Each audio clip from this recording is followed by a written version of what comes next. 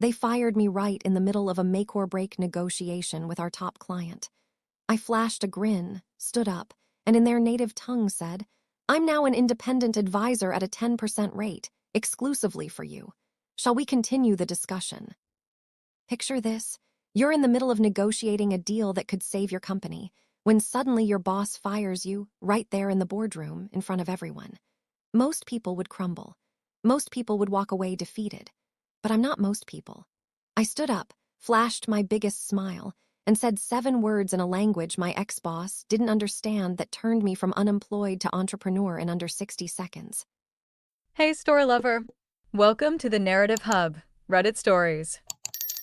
Believe me, this adventure gets wild, but it's only epic with you.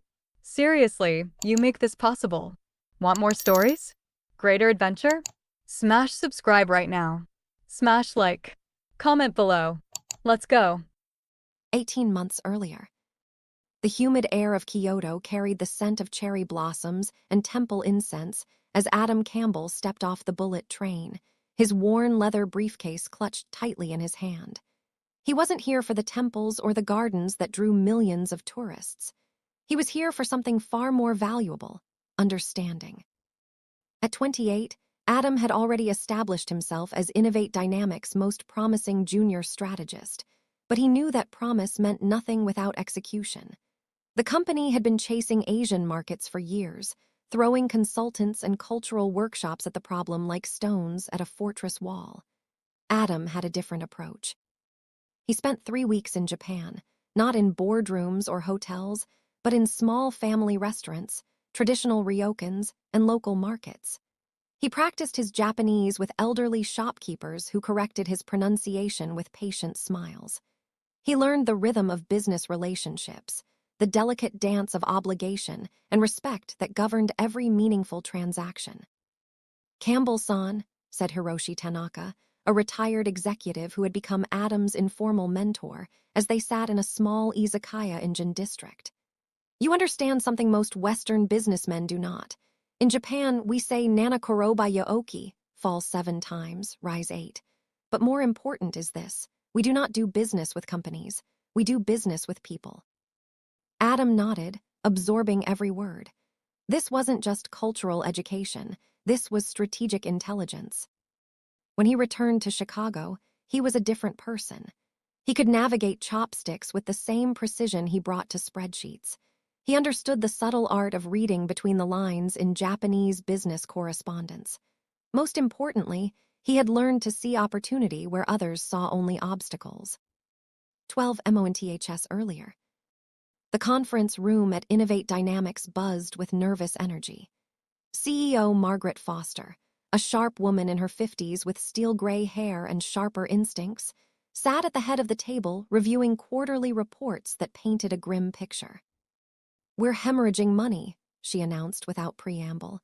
"Our domestic market share is shrinking, our European expansion stalled, and our tech is becoming obsolete faster than we can innovate. We need a game changer, people. We need it now." Gregory Baker, the VP of Global Strategy, cleared his throat. Baker was old-school corporate, a man who believed that business was war and negotiations were battles to be won through intimidation and superior firepower. "I've been reviewing potential international partnerships. There are several European firms that might be interested in acquisition talks." "Acquisition?" Foster's eyebrows rose. "Gregory, we're the ones who need acquiring at this rate." That's when Adams spoke up from his position halfway down the table, surrounded by executives who outranked him by decades. "What about Yashida Corp?" The room fell silent. Baker's face darkened. "Campbell, Yashida Corp is completely out of our league. They're a $50 billion conglomerate. Why would they even take our calls?" Adam had done his homework. "Because they need what we have, and we need what they have. They're expanding into smart city infrastructure, but their Western market penetration is limited. We have the local expertise and government connections they need. They have the capital and manufacturing capabilities we need."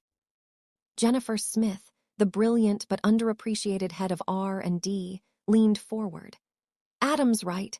Our sensor technology is exactly what they're looking for. I've been following their acquisitions, and they're positioning themselves for the next generation of urban planning. Foster's eyes lit up with the first spark of hope Adam had seen in months. What kind of numbers are we talking about? Conservative estimate, $75 million for a 3-year partnership with expansion options, Adam replied. But it would require a completely different approach than we've used before. This isn't about selling them a product. It's about building a relationship. Baker scoffed. Relationship? This is business, Campbell, not a dating service. You close deals with strength, not sentiment. With respect, Mr. Baker, that's exactly the attitude that's cost us 3 major international contracts this year, Adam replied, his voice calm but firm. Yashida Corp doesn't just buy technology. They invest in long-term partnerships. If we try to steamroll them, we'll lose them before we even get started. Foster studied Adam for a long moment. What makes you think you understand Yashida Corp better than anyone else in this room? Adam reached into his briefcase and pulled out a leather-bound notebook filled with pages of handwritten notes, business cards, and photographs. Because I spent 3 weeks in Japan learning how they think. I've studied their corporate culture, their decision-making processes, their values. I can speak their language, literally and figuratively. The room erupted in murmurs. Kyle Stewart, Adam's ambitious colleague from the acquisitions department, laughed openly. Come on, Margaret. You're going to bet the company on Campbell's vacation journal.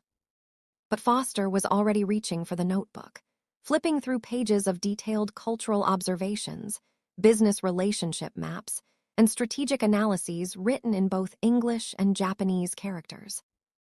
This is impressive work, Adam, she said quietly. Very impressive. How long would you need to make contact? I already have, Adam replied. Mr. Yashida's assistant, Keiko Nakamura, and I have been corresponding for 2 months. They're interested in a preliminary discussion. Baker's face turned red. You've been conducting unauthorized negotiations. That's grounds for. That's initiative, Foster cut him off. Something we desperately need more of around here. She closed the notebook and handed it back to Adam. You have 6 months to make this happen. Full authorization, whatever resources you need. But Adam. Yes, ma'am. If this falls through, we're all looking for new jobs. No pressure. 8 months earlier. Adam's office, once a cramped cubicle in the junior analyst section, had been upgraded to a proper space with windows overlooking Lake Michigan. The promotion came with the territory of leading the company's most important initiative, but the isolation came with it too. He spent his days in a delicate balance of relationship building and corporate reporting. Every email to Tokyo was crafted with the precision of diplomatic correspondence. Every phone call was scheduled according to Japanese business hours, often meaning Adam was in the office before dawn or long after sunset. His desk was a testament to his obsession. Japanese business etiquette guides, cultural analysis reports, technical specifications translated into 3 languages, and a small origami crane that Keiko Nakamura had sent him as a gesture of goodwill. You're becoming a ghost, Jennifer Smith said, appearing in his doorway with 2 cups of coffee. She had become his closest ally in the building, one of the few people who understood both the technical complexity and cultural sensitivity required for the Yashida project. Good morning to you too, Jen, Adam replied, gratefully accepting the coffee. What time is it anyway? 7:30 a.m. You've been here all night again, haven't you? Adam gestured to his computer screen, which displayed a video call interface. Had a strategy session with Tanaka-san in Osaka. He's been helping me understand Yashida Corp's internal politics. Did you know they have a formal process for building consensus that can take months? They call it nemawashi. Jennifer settled into the chair across from his desk. Adam, I'm worried about you. You're living this project 24/7. When's the last time you had a real conversation with someone who wasn't connected to work? This is a real conversation.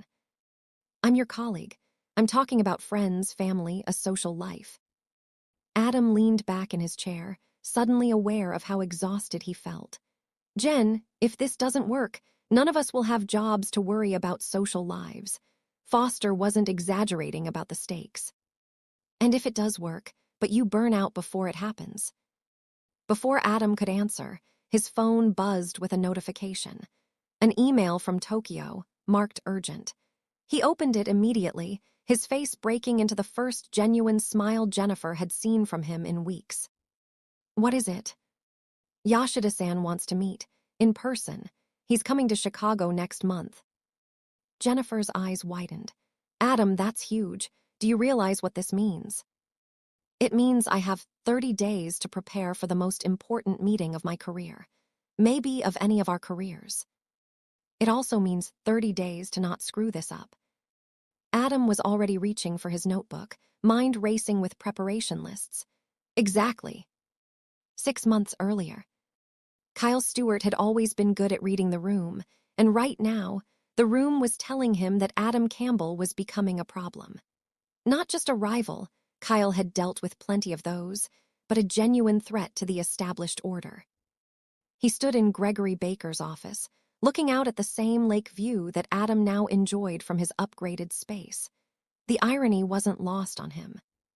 He's making us all look bad, Kyle said, his voice carefully modulated to sound concerned rather than jealous. Campbell's turning this into his personal crusade, and frankly, Gregory, I'm worried about what happens when reality hits. Baker looked up from his computer, where he'd been reviewing Adam's latest progress report. The numbers were impressive, but Baker didn't like being impressed by subordinates. What do you mean?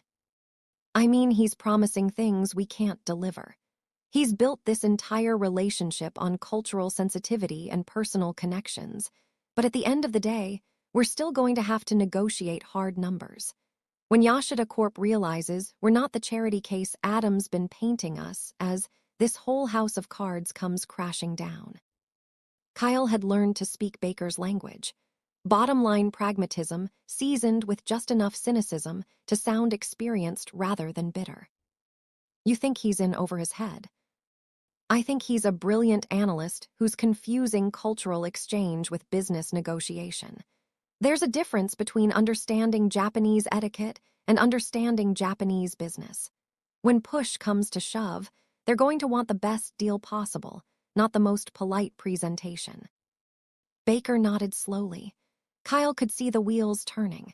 Baker had built his career on the belief that business was fundamentally adversarial, that every negotiation was a zero-sum game where showing weakness meant losing everything. Adam's approach threatened that worldview at its core. What do you suggest? Let me shadow the negotiations.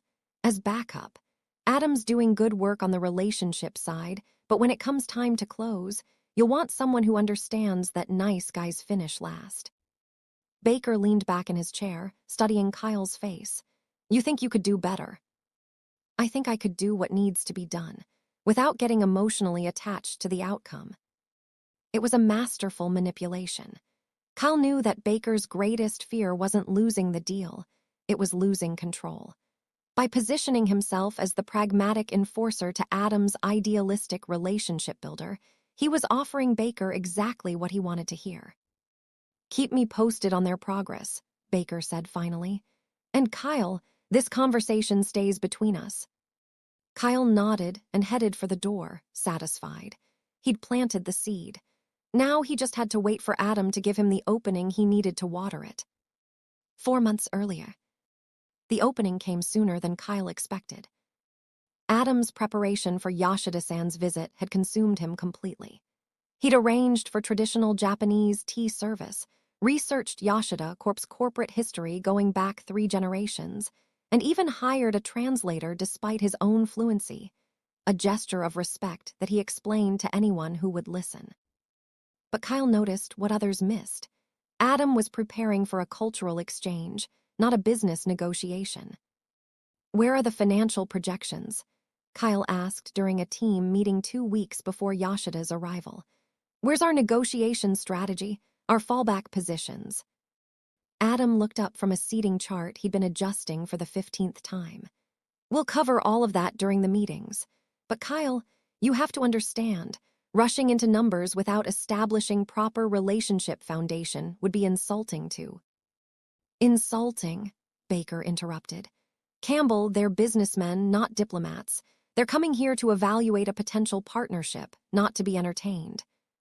With respect, Mr. Baker, in Japanese business culture, the relationship is the foundation. Without trust and mutual respect, no amount of financial engineering will close this deal. Kyle saw his moment. Adam, I appreciate your cultural research, I really do. But at some point, we have to remember that we're trying to save a company, not win a cultural sensitivity award. The room fell silent. Adam's face flushed, but he maintained his composure. Kyle, I understand your concerns, but... My concerns, Kyle continued, his voice gaining confidence, are that we're about to waste the most important opportunity in this company's history because we're more worried about proper tea service than proper business planning. Baker nodded approvingly. Several other team members shifted uncomfortably in their chairs.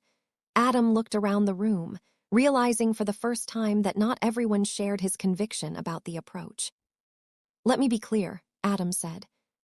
His voice steady despite the obvious tension. This isn't about tea service.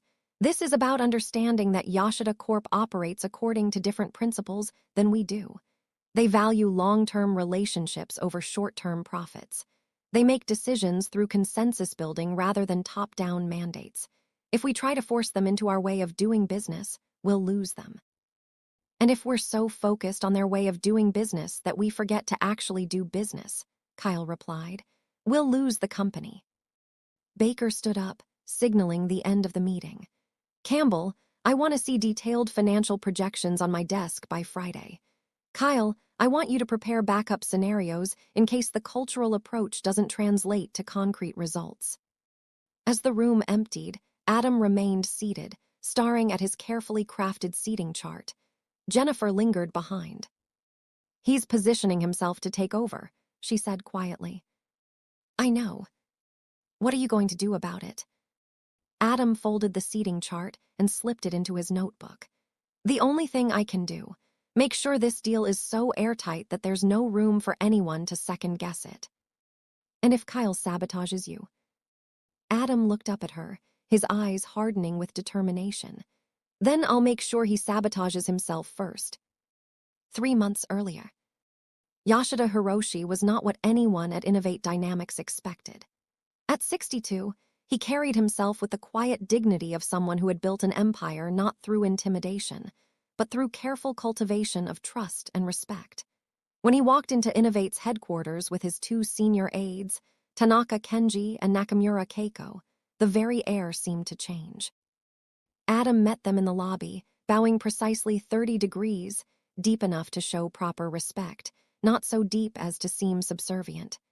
Yashida-san, welcome to Chicago. I hope your journey was comfortable. Yashida's response was in Japanese, delivered with a slight smile that suggested approval. Campbell-san, your correspondence has been most thoughtful. I look forward to our discussions. Baker, standing beside Adam with Kyle and 2 other executives, shifted impatiently. He understood the necessity of formalities, but his instincts screamed at him to get to the conference room, spread out the charts and projections, and start talking real business. Mr. Yashida, Baker interjected, extending his hand. Gregory Baker, VP of Global Strategy. We're excited to show you what Innovate Dynamics can offer your organization. The handshake was brief, but polite. Yashida's expression remained carefully neutral as Baker gestured toward the elevators. Adam caught Keiko's eye and saw the slightest shake of her head, a warning that Baker's directness had already created a negative impression. The first meeting was held in Innovate's largest conference room, with the executive team arranged on one side of the table and the Yashida Corp delegation on the other. Adam had fought for a more informal setting, but Baker had insisted on traditional corporate positioning. Let me start with our company overview, Baker began, launching into a PowerPoint presentation that highlighted Innovate's technological capabilities, market position, and growth projections. It was professional, thorough, and completely tone-deaf. Adam watched Yashida's face throughout the presentation. The Japanese executive listened politely, asked thoughtful questions, and gave no indication of his true thoughts. But Adam could read the subtle signs.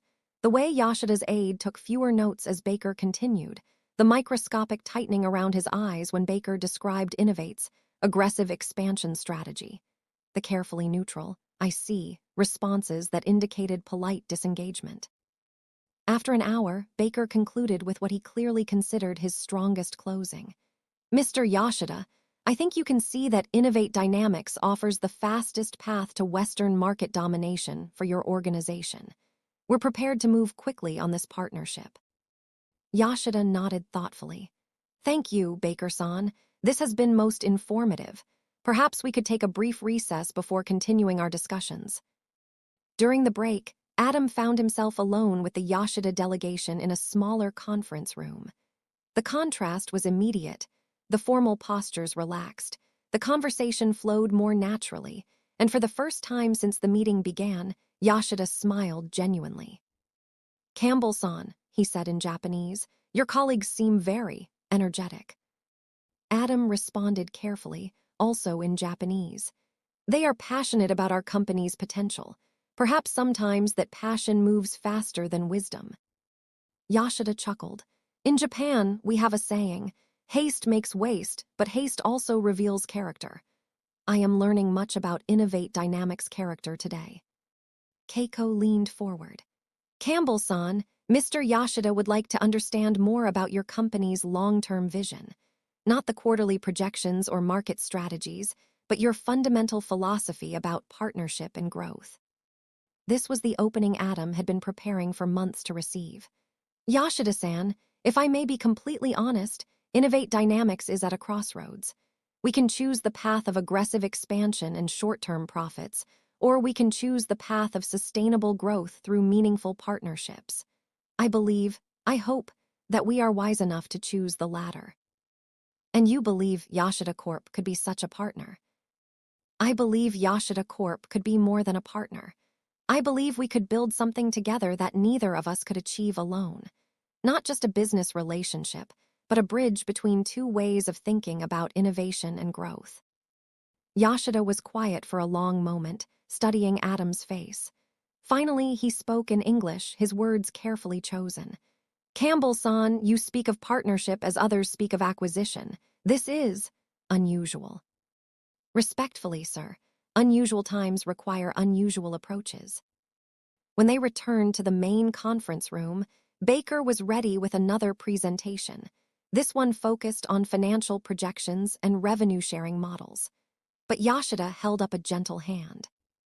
"Baker-san, before we discuss numbers, I would like to understand something more fundamental.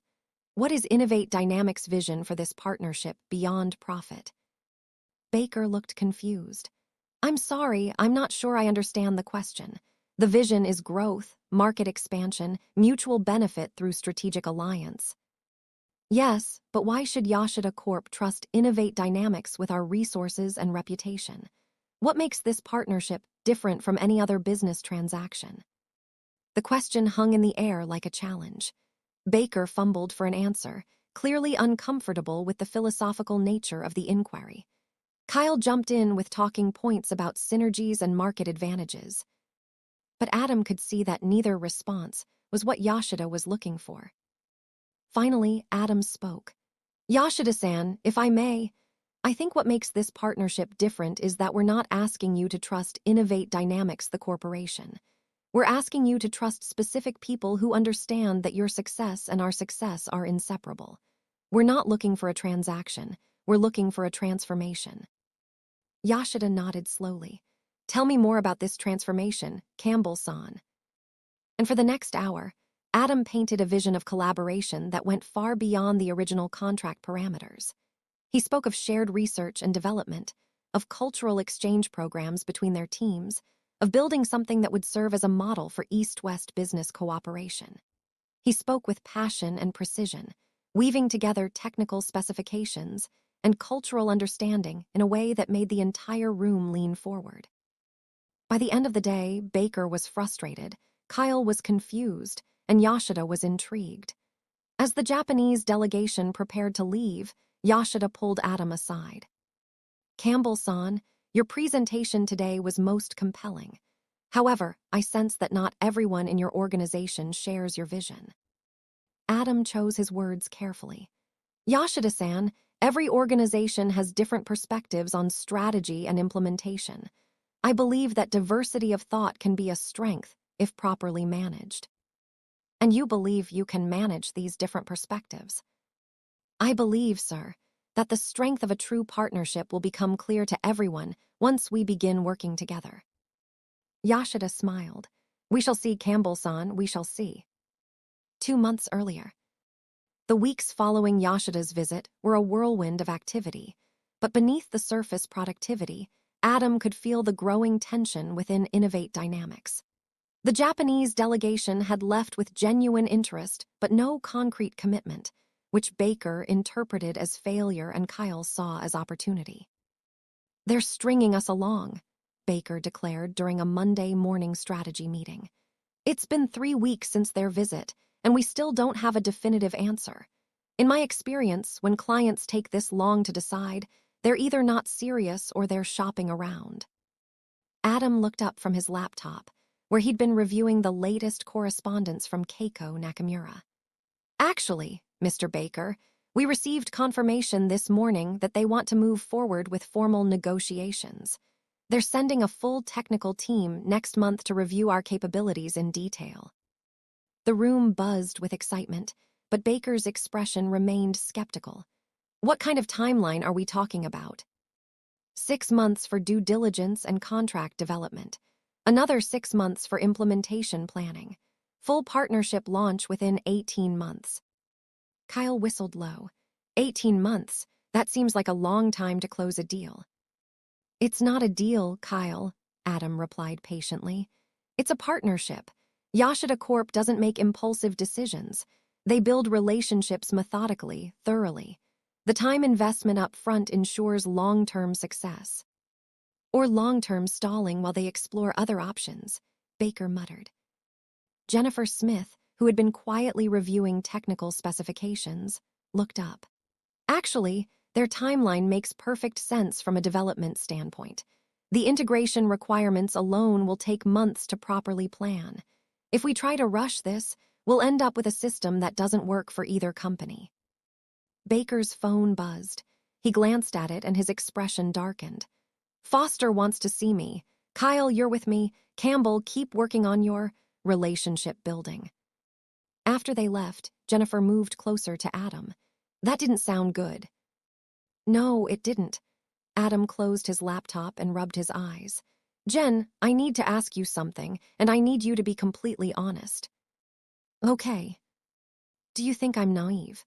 About this deal, about Yashida Corp, about any of it? Jennifer considered the question carefully. I think you see possibilities that others don't. Whether that makes you visionary or naive probably depends on whether those possibilities become reality. That's not exactly reassuring. Adam, I've been watching you work on this for almost a year. I've seen the cultural research, the relationship building, the technical preparation. I've also seen Baker and Kyle positioning themselves to take credit if it succeeds and blame you if it fails. So let me ask you a question. What's your contingency plan if they try to cut you out? Adam was quiet for a long moment. I don't have one. Maybe you should. 1 month earlier. The contingency plan presented itself sooner than either Adam or Jennifer expected, and it came in the form of Margaret Foster's resignation. The announcement came on a Thursday morning via company-wide email. Foster was stepping down effective immediately to pursue other opportunities. The interim CEO would be David Richardson, the CFO, who had been with the company for less than 2 years and knew nothing about the Yashida negotiations. Adam's phone started ringing before he'd finished reading the email. The first call was from Keiko Nakamura. Campbell-san, we have received news about your CEO. Will this affect our partnership discussions? I don't believe so, Nakamura-san. The negotiations will continue as planned. And you will continue to lead those negotiations. It was the question Adam had been dreading. That decision will be made by our new leadership team. There was a pause. Campbell-san, I must be frank with you. Mr. Yashida has invested significant time and energy in this partnership because he trusts you specifically. If Innovate Dynamics chooses to change leadership on this project, we will need to reevaluate our commitment. The implication was clear. No Adam, no deal. The second call came from Kyle Stewart. Adam, terrible news about Margaret, but hey, this might actually be good for the Yashida project. Richardson's much more focused on quick results than Foster was. He'll want to close this fast. Kyle, closing fast is exactly the wrong approach with Yashida Corp. Maybe it's time to stop overthinking this and start making things happen. Listen, Baker wants to see you this afternoon. I think it's about restructuring the negotiation team. The third call was from Jennifer.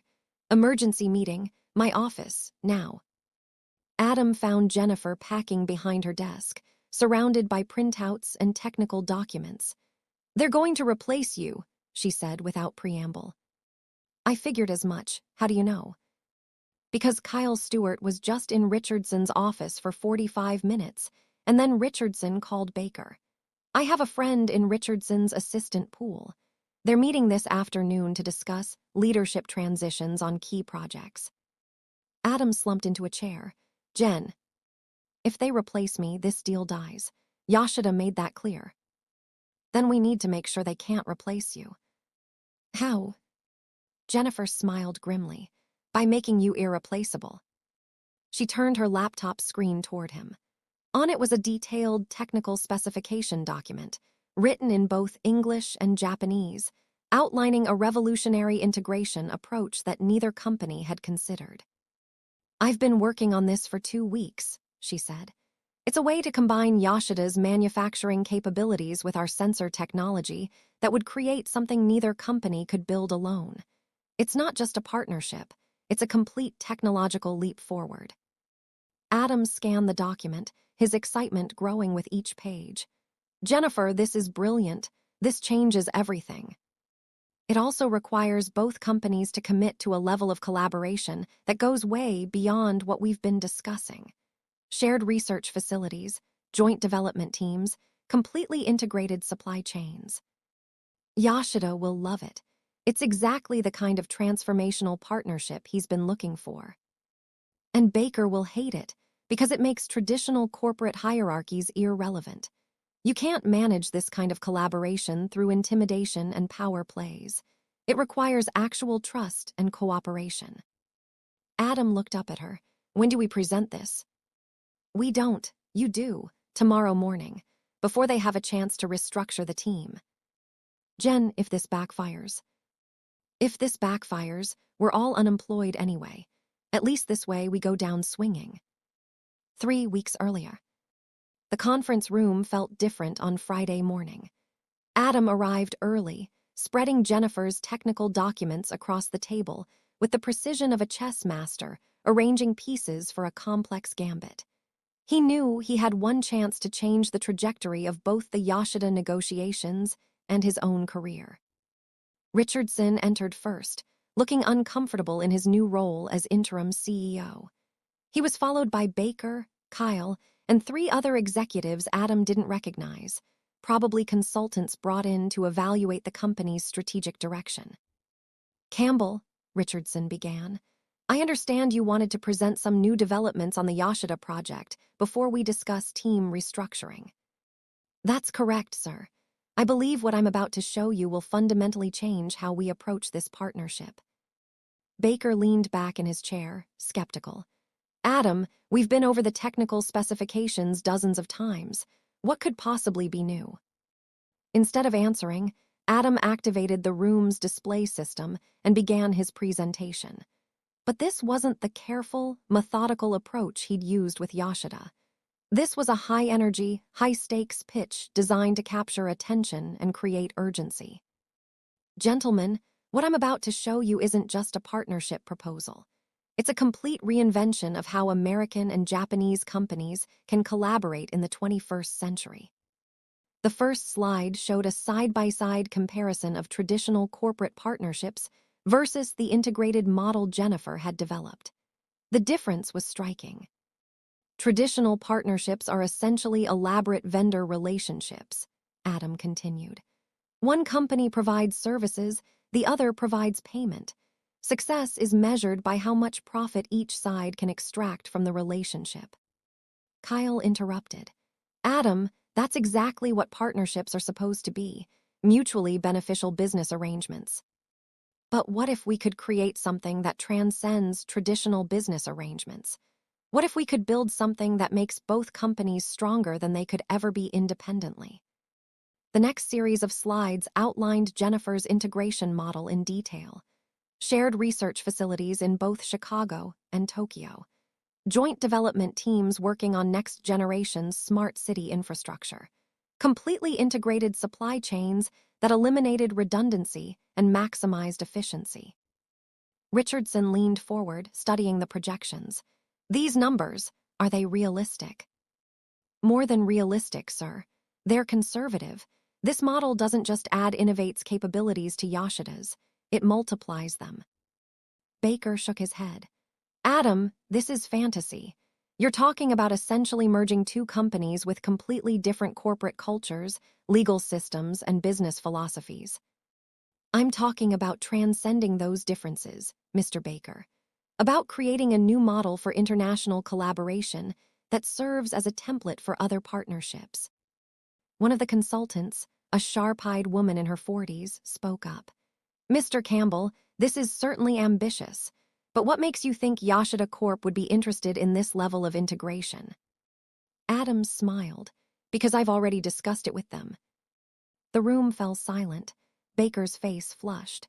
You discussed major strategic changes without authorization. I discussed possibilities, Mr. Baker, and their response was enthusiastic. Adam clicked to the next slide, which showed an email from Yoshida Hiroshi himself, translated into English. Campbell-san, your vision for true partnership aligns perfectly with our long-term strategic goals. We are prepared to commit significant resources to making this collaboration a reality. Richardson studied the email. When was this sent? Yesterday afternoon, sir. Approximately 4 hours after I sent them Jennifer Smith's technical specifications. Jennifer Smith developed these specifications. Dr. Smith has been working on this integration model for months, sir. I believe she's the most valuable asset this company has, and this partnership would be impossible without her expertise. It was a calculated move, protecting Jennifer by making her essential to the deal's success. But it was also the truth. Kyle leaned forward. Adam, even if Yoshida is interested, implementing something like this would take years. We need revenue now, not 5 years from now. Actually, Kyle, implementation would begin immediately. Phase 1 would generate revenue within 6 months. Full integration would take 18 months, during which we'd be receiving milestone payments and technology transfers that would more than cover development costs. The consultant was taking notes rapidly. Mr. Campbell, what would happen if Innovate Dynamics decided to pursue a more traditional partnership model instead? Ma'am, based on my conversations with Yoshida Corp., I believe they would withdraw from negotiations entirely. This isn't just what they want. It's what they need to justify the investment to their board of directors. Baker stood up abruptly. This is ridiculous. We're talking about betting the entire company on one person's interpretation of what a foreign corporation might want. Respectfully, Mr. Baker, we're talking about betting the company on the only opportunity we have to survive.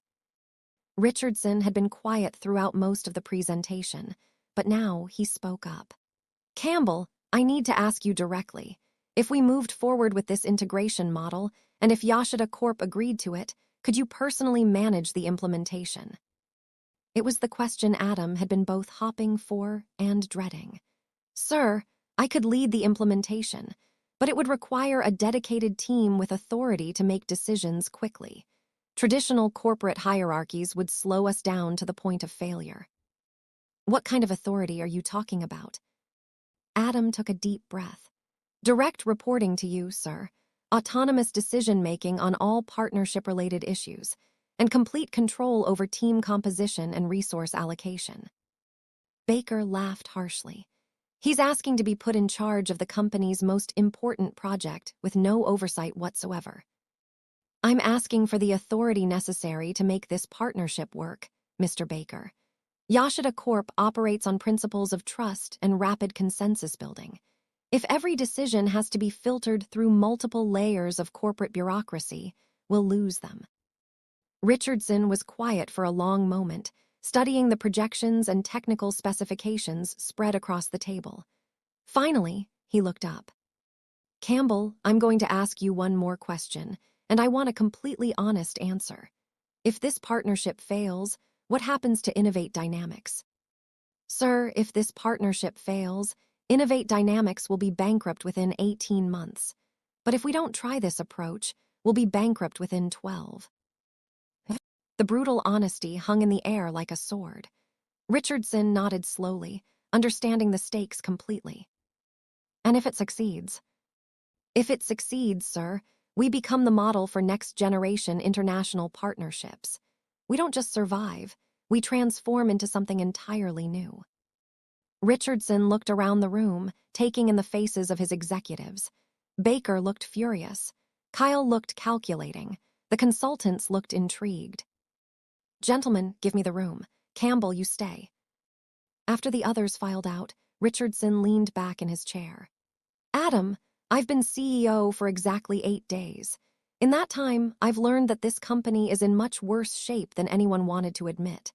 Our domestic market is shrinking, our technology is becoming obsolete, and our competitors are eating our lunch. Adam nodded. Yes, sir. So when you tell me that our only hope is to bet everything on a revolutionary partnership model with a Japanese corporation, based on cultural insights and personal relationships, well, it sounds either brilliant or insane. Sir, in my experience, the difference between brilliant and insane is usually just timing and execution. Richardson laughed despite himself. Fair enough. Here's what we're going to do. You have complete authority over the Yashida partnership, reporting directly to me. But Adam. Yes, sir. If this goes wrong, we both go down together. And if it goes right, you'll have earned something very few people in corporate America ever achieve. Complete autonomy to build something from scratch. I understand, sir. I hope you do. Because Gregory Baker is going to fight you every step of the way. Kyle Stewart is going to try to undermine you, and half the company is going to be betting on your failure. Adam stood up, gathering his materials. Then I guess I'd better not fail. 2 weeks earlier. The declaration of war came in the form of a seemingly innocent email from Gregory Baker, sent to the entire executive team with a subject line that read, Strategic Review of High-Risk Initiatives. Adam read it twice, recognizing the corporate speak for what it really was, a formal challenge to his authority and a systematic attempt to undermine the Yashida partnership. The email outlined Baker's concerns about concentrating too much decision-making power in a single individual, the substantial risks of the integration model, and the need for experienced oversight of international negotiations. It was professionally written, strategically sound, and absolutely devastating in its implications. Jennifer appeared in Adam's office doorway 10 minutes after the email went out. How bad is it? Bad. He's calling for a full strategic review of the partnership, which means bringing in external consultants, restructuring the negotiation team, and essentially starting over from scratch. Can he do that? He can try. Richardson gave me authority, but Baker has seniority and allies on the board. If he can convince enough people that I'm in over my head. Then what do we do? Adam was quiet for a moment, staring out at Lake Michigan. The water was gray and choppy, reflecting the storm clouds gathering overhead. We prove him wrong, publicly and definitively. How? By delivering results he can't argue with. Adam's phone buzzed. A text from Keiko Nakamura. Urgent call requested with Yashida-san, available in 1 hour. Jen, I need you to do something for me. I need you to reach out to every contact you have in the industry, former colleagues, university connections, anyone who might be working on smart city infrastructure. I need independent validation of our technical approach. What kind of validation? I need proof that what we're proposing isn't just innovative, It's inevitable. I need evidence that companies around the world are moving toward this kind of integrated partnership model, and that the ones who don't adapt will be left behind. Jennifer nodded, already mentally cataloging her contacts. What are you going to do? I'm going to have a very difficult conversation with Yoshida-san. An hour later, Adam sat in his office with the door closed, speaking quietly into his headset. Yoshida's face filled his computer screen, the older executive's expression grave. Campbell-san, I have received some concerning information about changes in your company's leadership structure. Adam's heart sank. What kind of information, Yoshida-san? I received a call this morning from Baker-san. He suggested that there might be instability in the partnership negotiations. He offered to take personal responsibility for ensuring continuity. The betrayal was stunning in its audacity. Baker had gone directly to Yoshida, attempting to position himself as the stable alternative to Adam's supposedly unreliable leadership. Yoshida-san, I want to be completely transparent with you. There are differences of opinion within Innovate Dynamics about the best approach to our partnership. Some members of our leadership team prefer a more traditional, conservative strategy.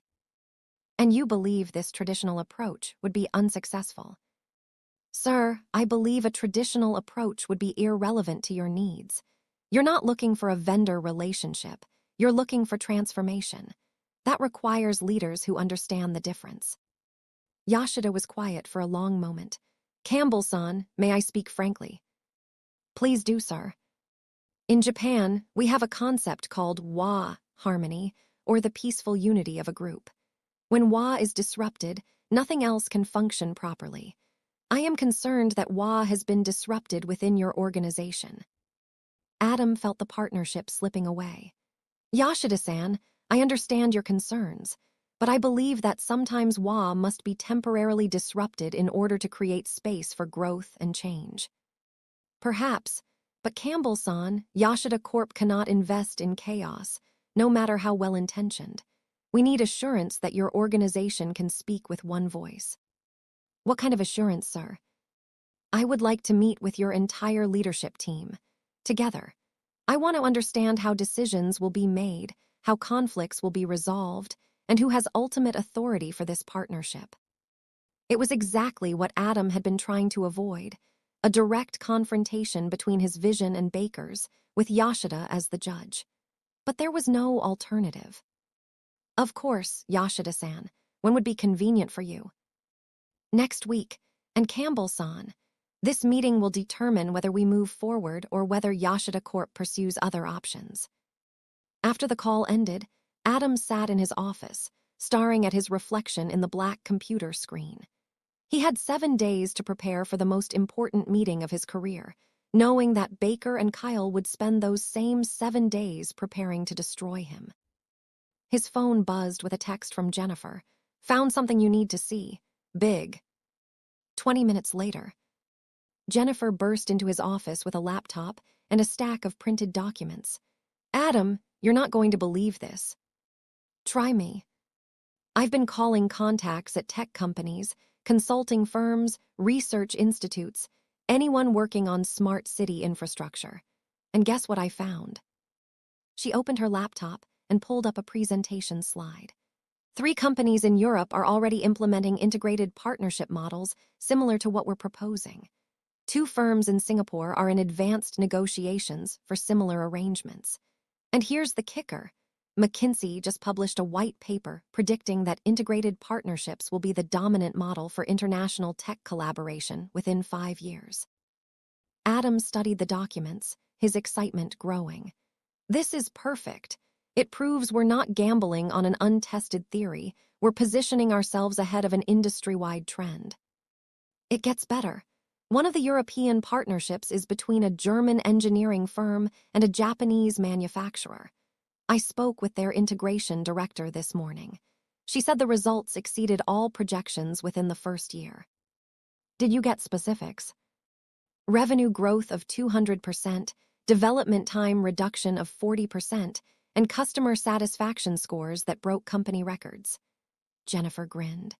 Oh, and she said the biggest challenge wasn't technical or cultural. It was dealing with executives who couldn't adapt to the new collaborative model. Adam laughed for the first time in days. Jen, you might have just saved this partnership. Maybe, but Adam, there's something else.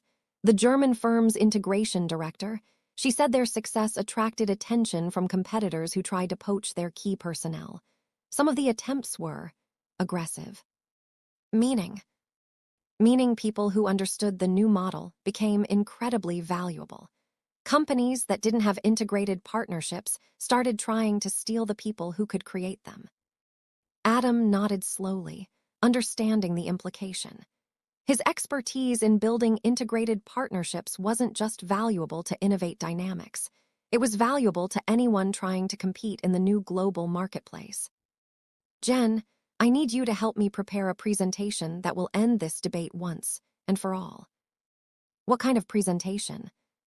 The kind that proves Baker and Kyle aren't just wrong about the Yashida partnership. They're wrong about the future of international business entirely. 1 week earlier, the boardroom had been reconfigured for what everyone understood to be a decisive confrontation. Yashida Hiroshi sat at the head of the table, flanked by Tanaka Kenji and Nakamura Keiko.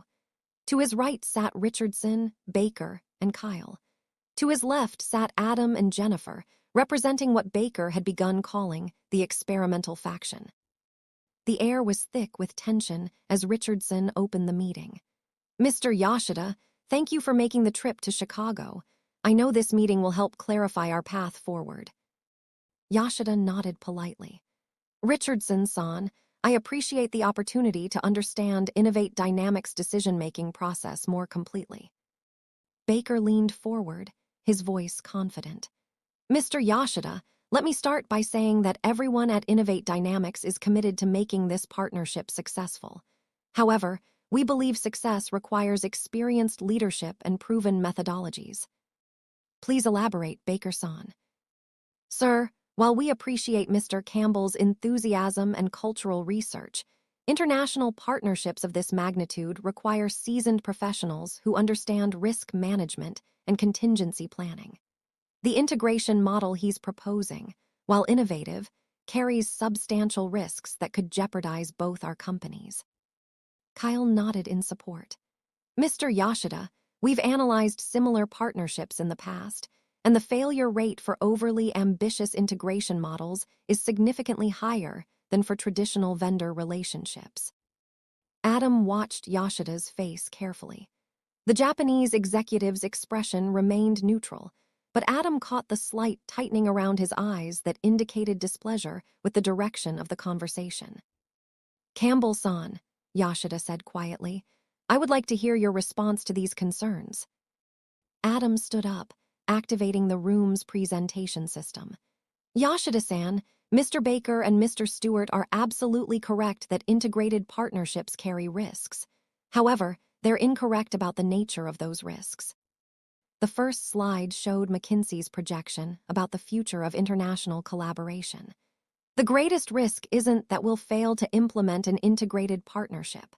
The greatest risk is that we'll succeed at building an obsolete traditional partnership. The next series of slides outlined the European and Asian partnerships Jennifer had researched, including detailed performance metrics and growth projections.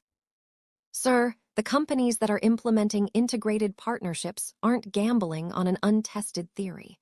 They're responding to fundamental changes in how global markets operate. Companies that don't adapt to these changes won't just miss opportunities, they'll become irrelevant. Baker interrupted. Adam, those examples are cherry-picked success stories. What about the failures? Adam clicked to the next slide. You're right, Mr. Baker. There have been failures. And in every case, those failures occurred because one or both partners tried to maintain traditional corporate hierarchies within an integrated model. The slide showed a detailed analysis of failed partnerships, highlighting the common factors: resistance to cultural adaptation, inability to make rapid decisions, and conflict between partnership goals and internal politics.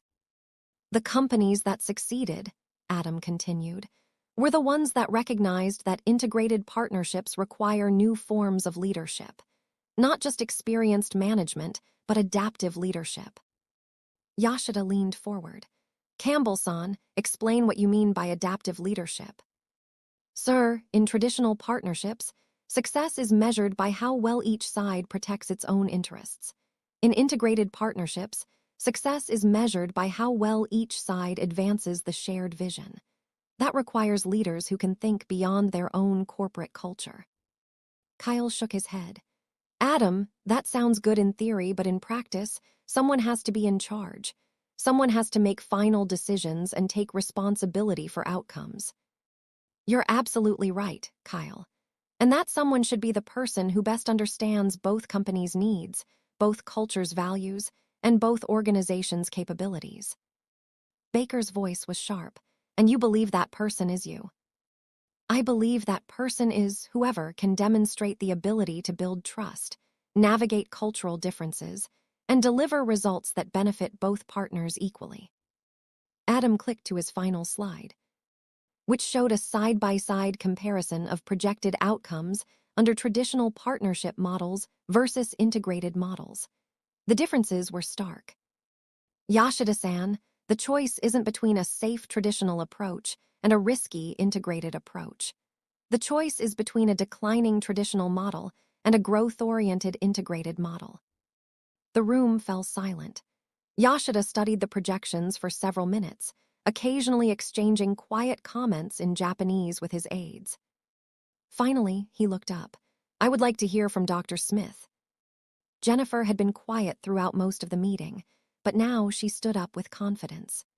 Mr. Yashida, from a technical standpoint, the integrated model isn't just preferable, it's necessary.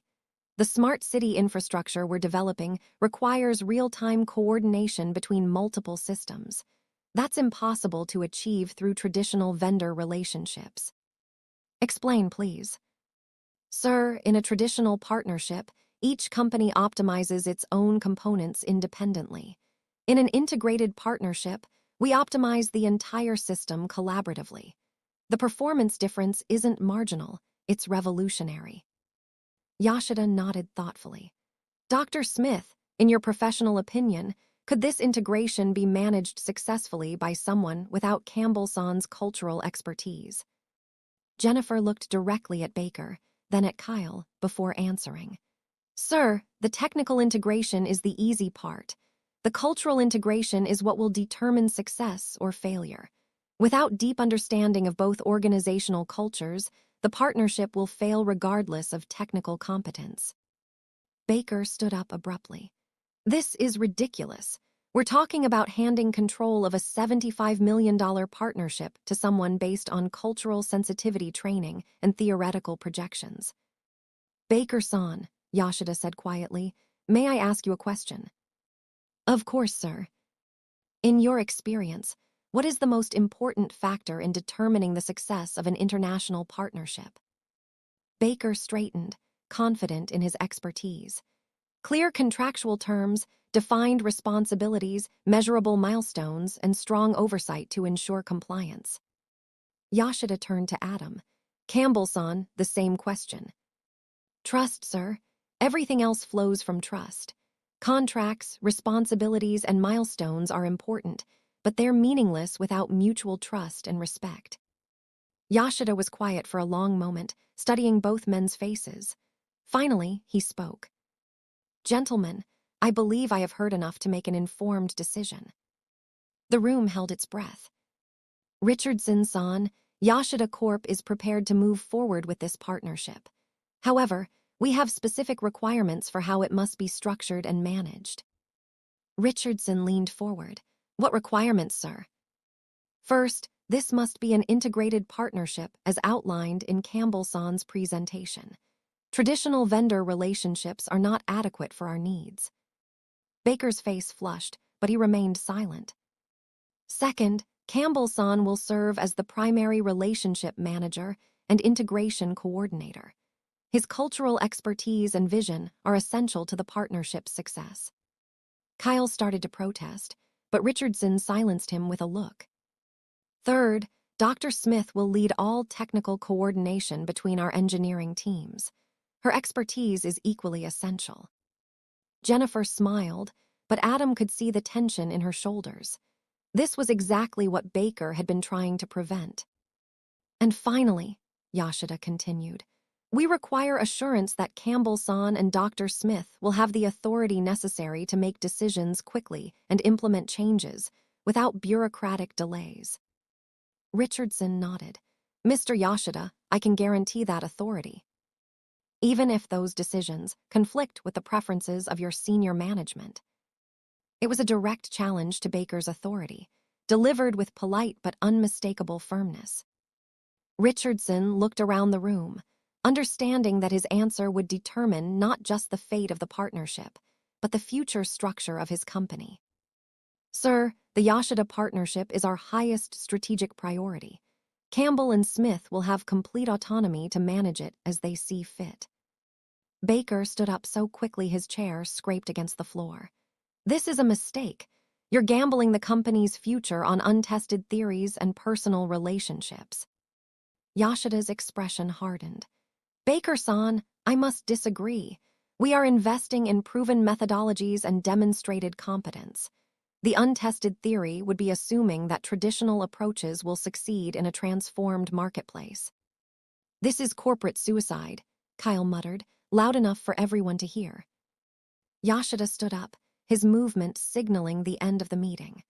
Gentlemen, Yashida Corp looks forward to a long and prosperous partnership with Innovate Dynamics. We will begin implementation planning immediately. As the Japanese delegation filed out, Baker cornered Richardson in the hallway. Adam couldn't hear the conversation, but the body language was unmistakable.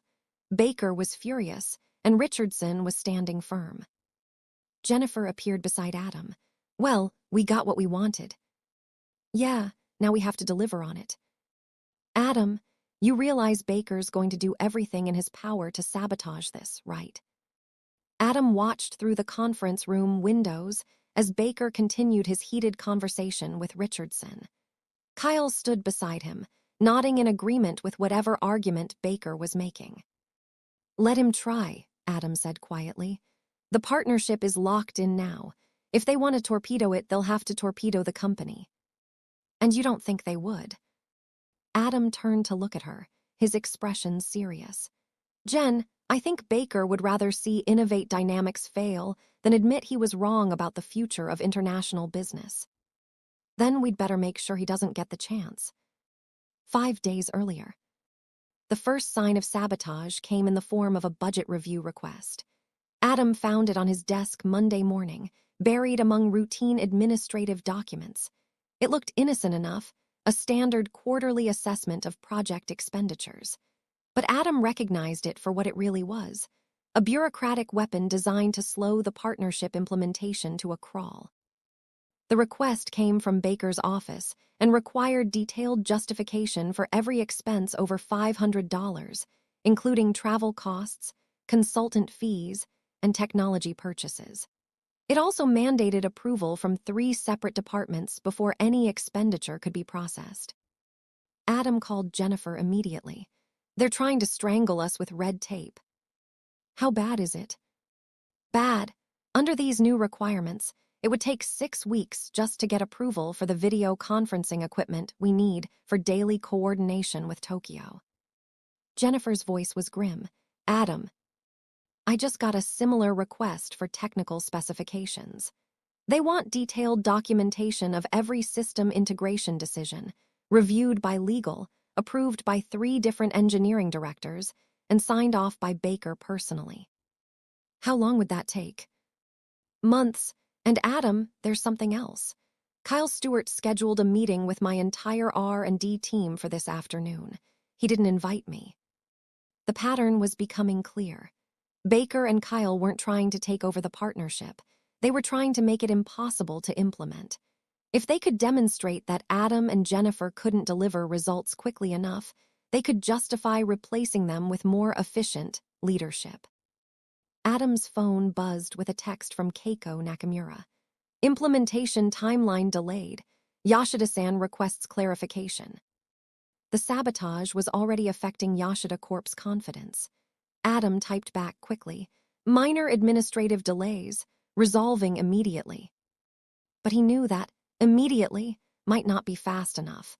Every day of delay would reinforce Baker's argument that the integrated partnership was too complex to manage effectively. Adam made a decision that would either save the partnership or end his career. He would bypass the bureaucratic obstacles entirely. He called Richardson's office and requested an emergency meeting. 20 minutes later, he was sitting across from the interim CEO, laying out the situation in blunt terms. Sir, Baker is using administrative requirements to sabotage the partnership implementation. If we comply with his new procedures, we'll be months behind schedule before we even begin. Richardson leaned back in his chair. Adam, Gregory has legitimate concerns about oversight and accountability. These are substantial expenditures. Mr. Richardson, with respect, this isn't about oversight. This is about control. Baker is trying to prove that integrated partnerships can't work by making sure this one doesn't work. That's a serious accusation. It's a serious situation. Yashida Corp is already asking questions about our timeline. If we can't demonstrate progress quickly, they'll withdraw from the partnership entirely. Richardson was quiet for a moment, studying Adam's face.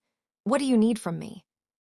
I need direct authorization to proceed with implementation using the original budget parameters we agreed to. I need Kyle Stewart barred from interfering with Jennifer's team. And I need your word that you'll support our decisions, even if Baker objects.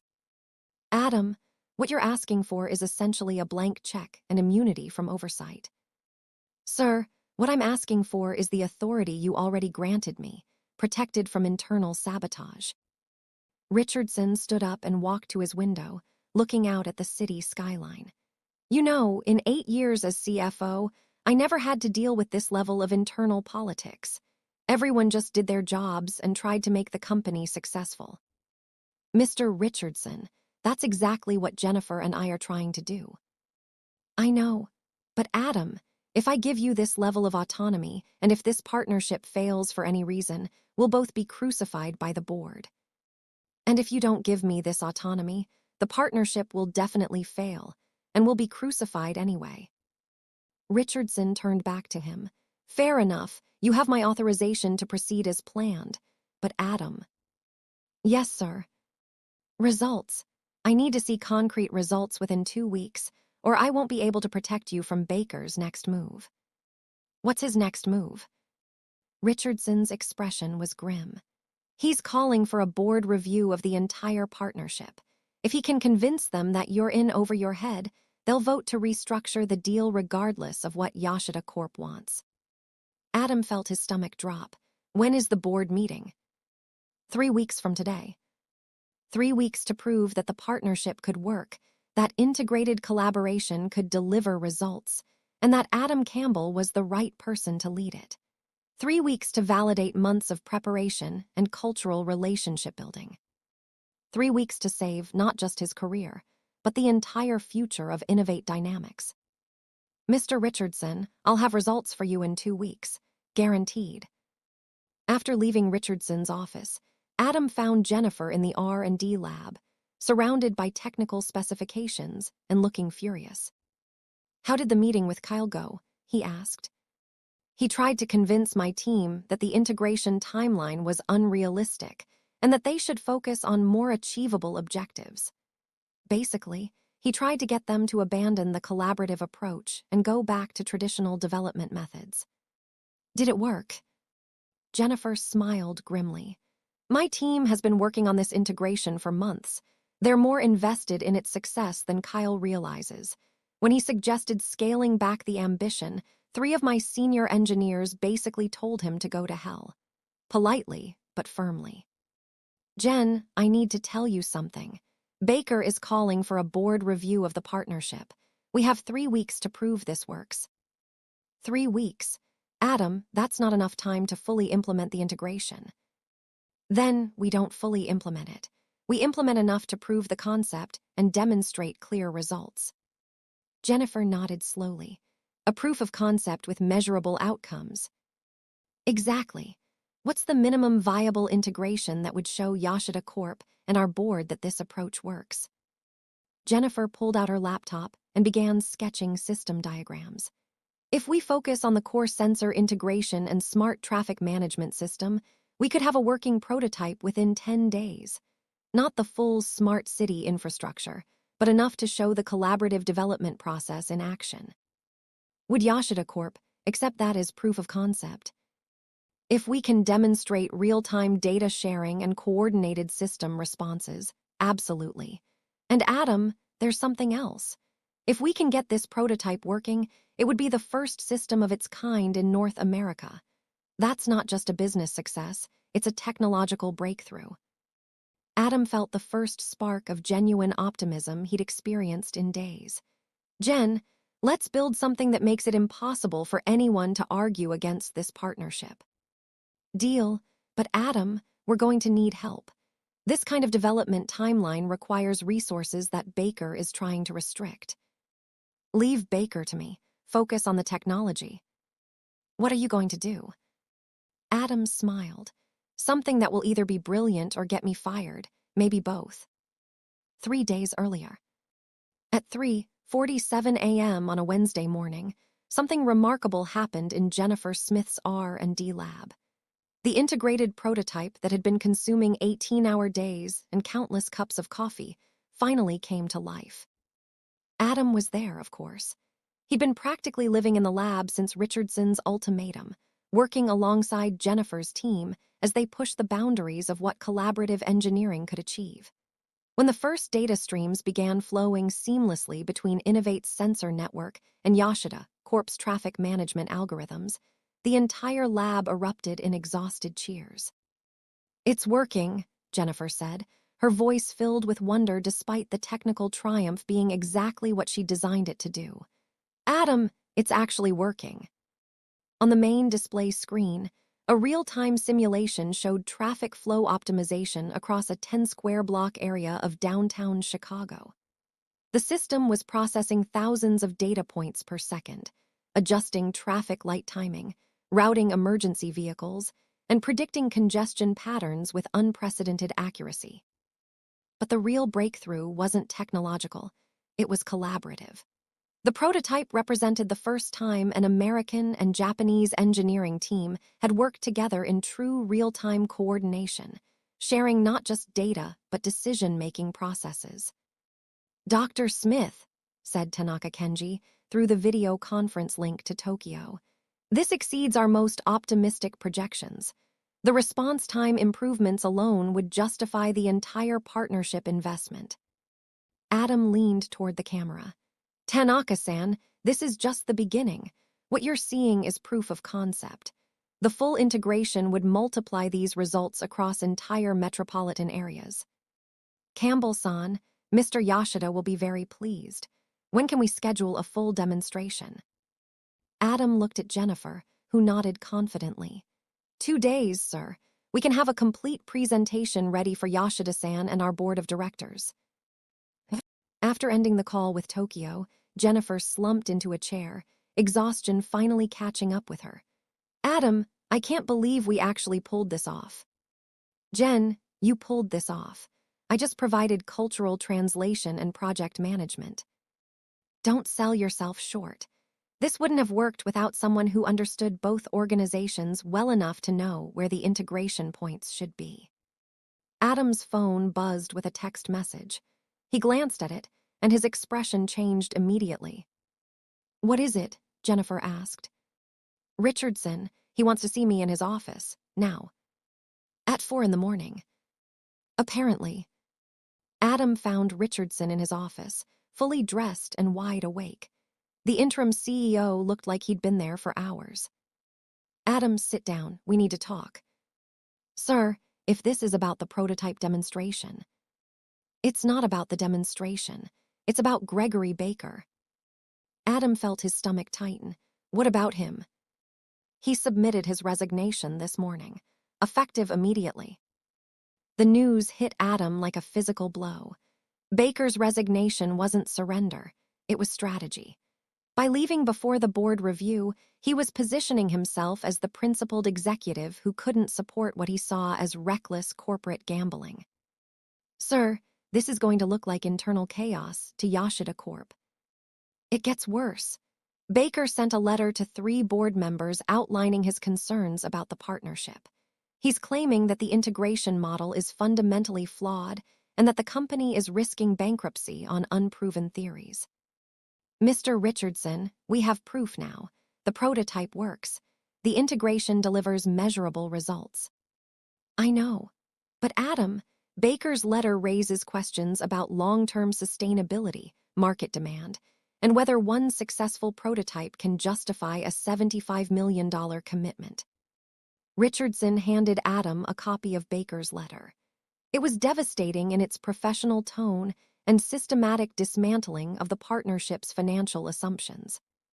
He's arguing that the prototype success is meaningless because it's based on laboratory conditions rather than real-world market demands, Richardson continued. He's questioning whether customers will actually want integrated smart city systems and whether the revenue projections are realistic. Adam read through the letter, recognizing Baker's skill at identifying the partnership's potential vulnerabilities while ignoring its documented strengths. Sir, what's the board's current position? Split. 3 members support the partnership based on your progress reports and Yoshida Corp's commitment. 3 members are concerned about the risks Baker outlined. The 7th member, Margaret Foster's replacement, hasn't taken a position yet. When do they vote? Tomorrow afternoon, right after your prototype demonstration. Adam realized that everything now depended on a single presentation. Not just the technical success of the prototype, but his ability to address Baker's concerns and prove that the partnership was both innovative and commercially viable.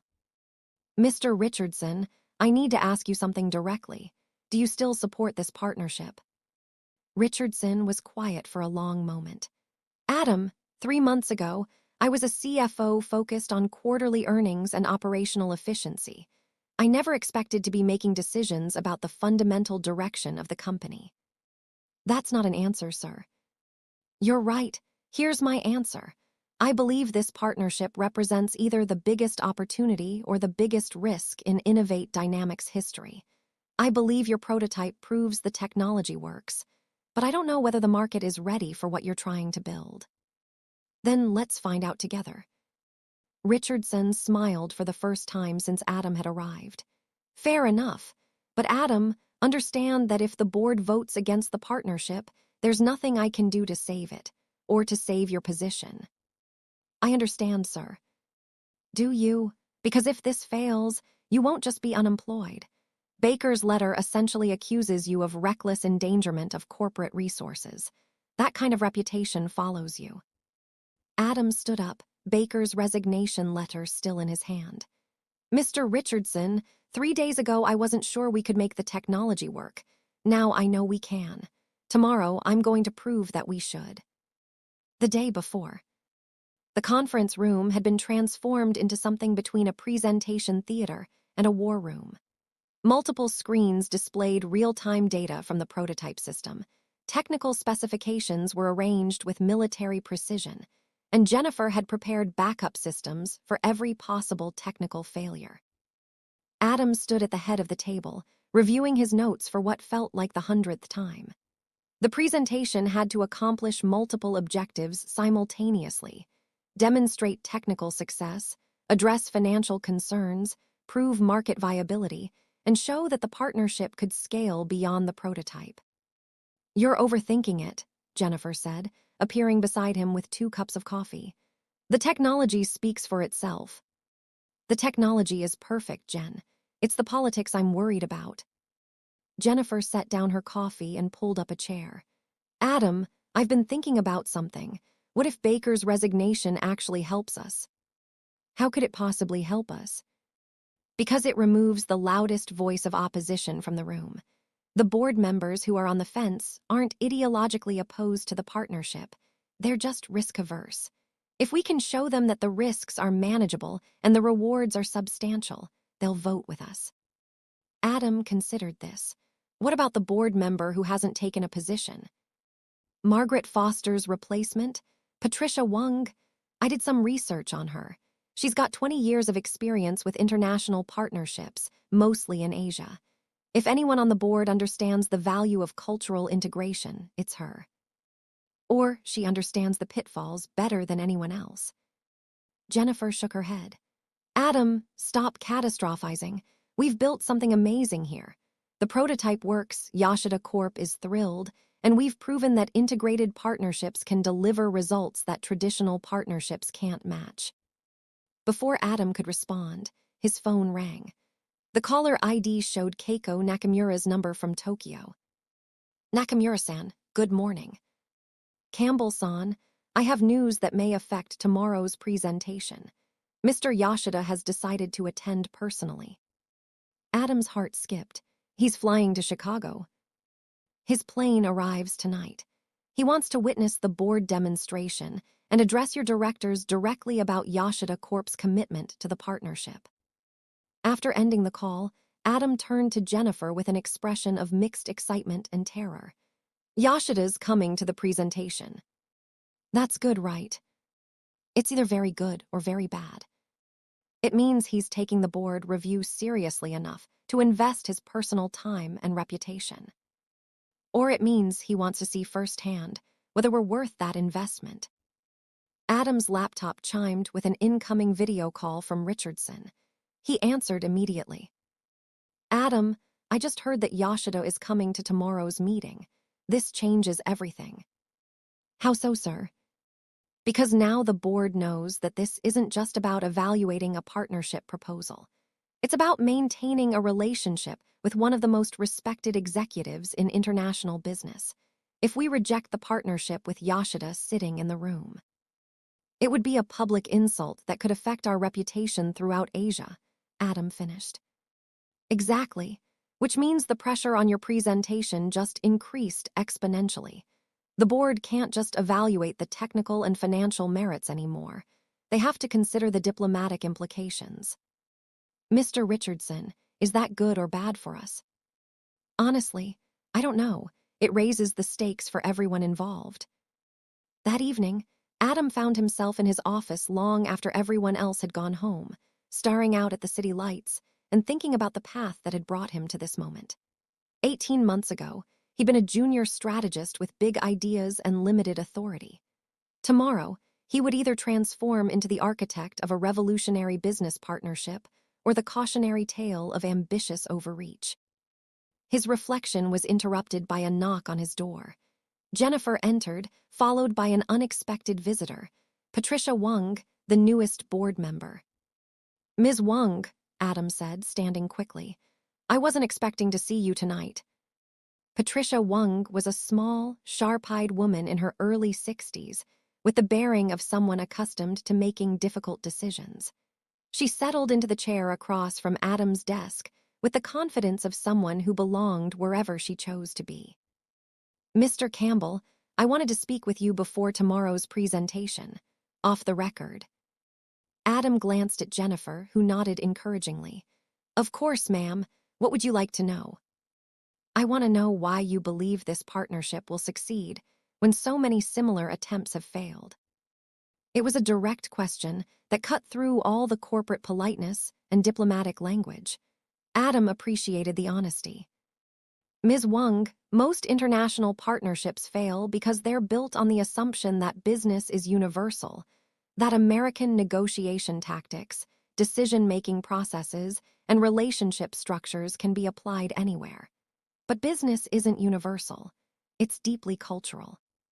And you believe your cultural understanding makes you uniquely qualified to manage this partnership.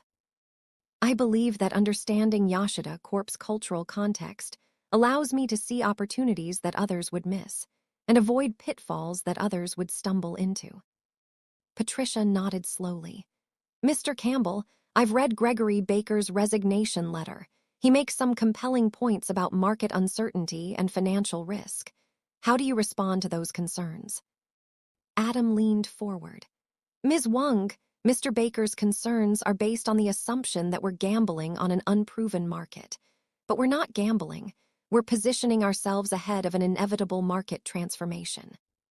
He pulled out Jennifer's research on integrated partnerships around the world.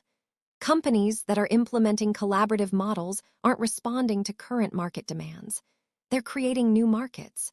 They're defining what the next generation of international business relationships will look like. Patricia studied the documents carefully. These examples are impressive, but they're also limited in scope.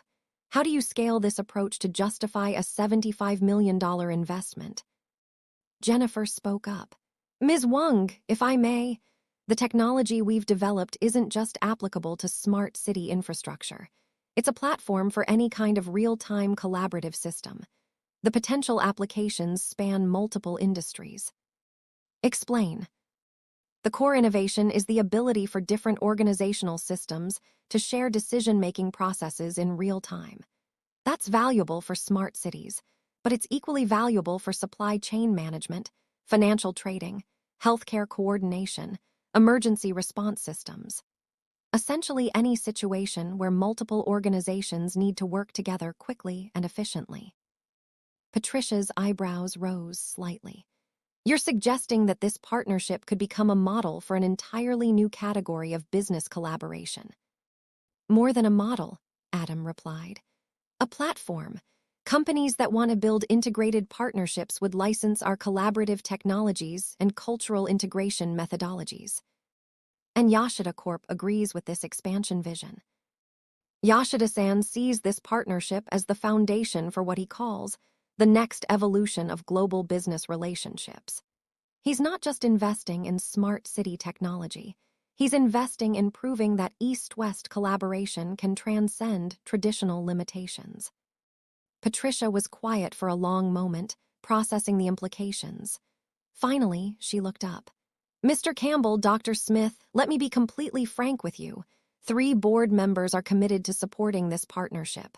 3 are committed to rejecting it. I am the deciding vote. The weight of that statement settled over the room like a heavy blanket. Tomorrow's presentation will determine my decision. But I want you to understand something. I'm not just evaluating whether this partnership will be profitable. I'm evaluating whether Innovate Dynamics is ready to become the kind of company that can succeed in the next phase of global business.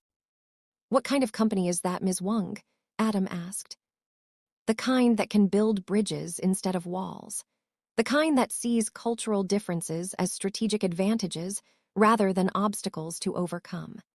The kind that understands that in an interconnected world, the most successful companies will be the ones that can truly collaborate across boundaries.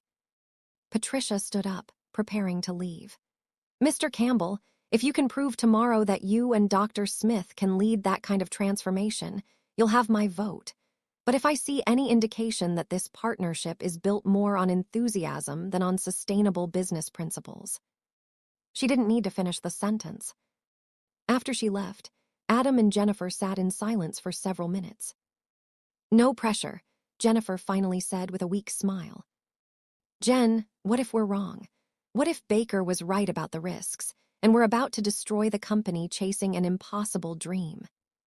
Jennifer turned to face him directly. Adam, do you remember why you started this project? To save the company. No. You started this project because you believed that Innovate Dynamics could be more than just another struggling tech firm. You believed we could build something that mattered. She gestured toward the prototype displays still running on multiple screens. Look at what we've built. Look at the data flowing between Chicago and Tokyo in real time. Look at the traffic optimization algorithms that could save thousands of hours of commute time every day. We didn't just create a business partnership. We created a glimpse of what the future could look like. Adam nodded, feeling some of his confidence returning. You're right. Tomorrow isn't about defending our choices. It's about showing everyone else what we can see. Exactly. And Adam, Yashida didn't fly halfway around the world to watch us fail. He came here because he believes in what we're building. That night, Adam went home for the first time in 3 days, showered, ate a proper meal, and got 8 hours of sleep. Tomorrow would bring either vindication or catastrophe, but tonight, he allowed himself to believe that he was on the verge of something extraordinary. The final day. The boardroom at Innovate Dynamics had never hosted a more consequential meeting. 7 board members sat on one side of the polished mahogany table, their expressions ranging from skeptical to curious to quietly supportive. Across from them sat Yoshida Hiroshi, flanked by his senior aides, representing not just a potential partner, but a fundamental shift in how the company would position itself in the global marketplace.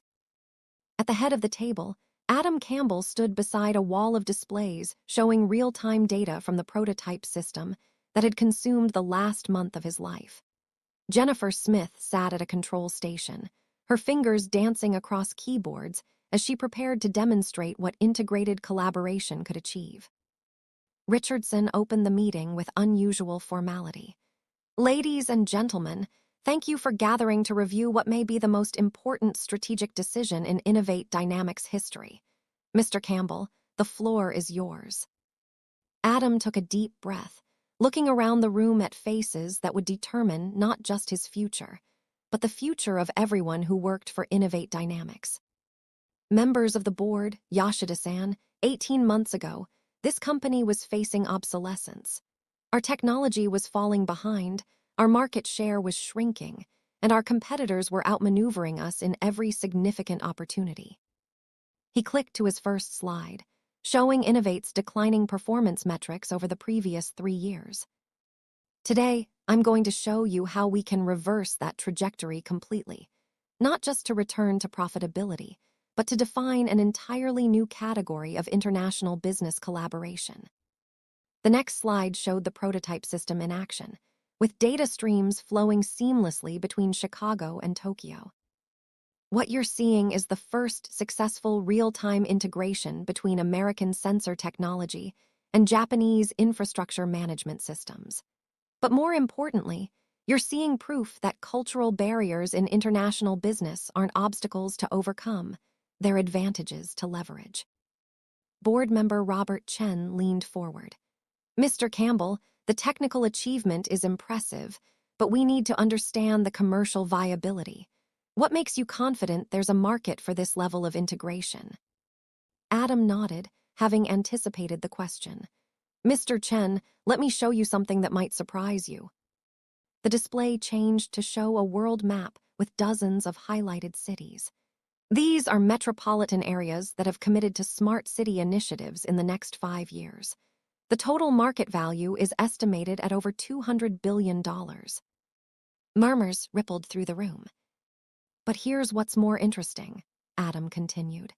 Every single one of these initiatives has failed to achieve full integration between different technology providers. They end up with expensive collections of incompatible systems that can't communicate effectively. And you believe our partnership with Yoshida Corp can solve that problem? Asked Patricia Wung. I believe our partnership can make that problem irrelevant.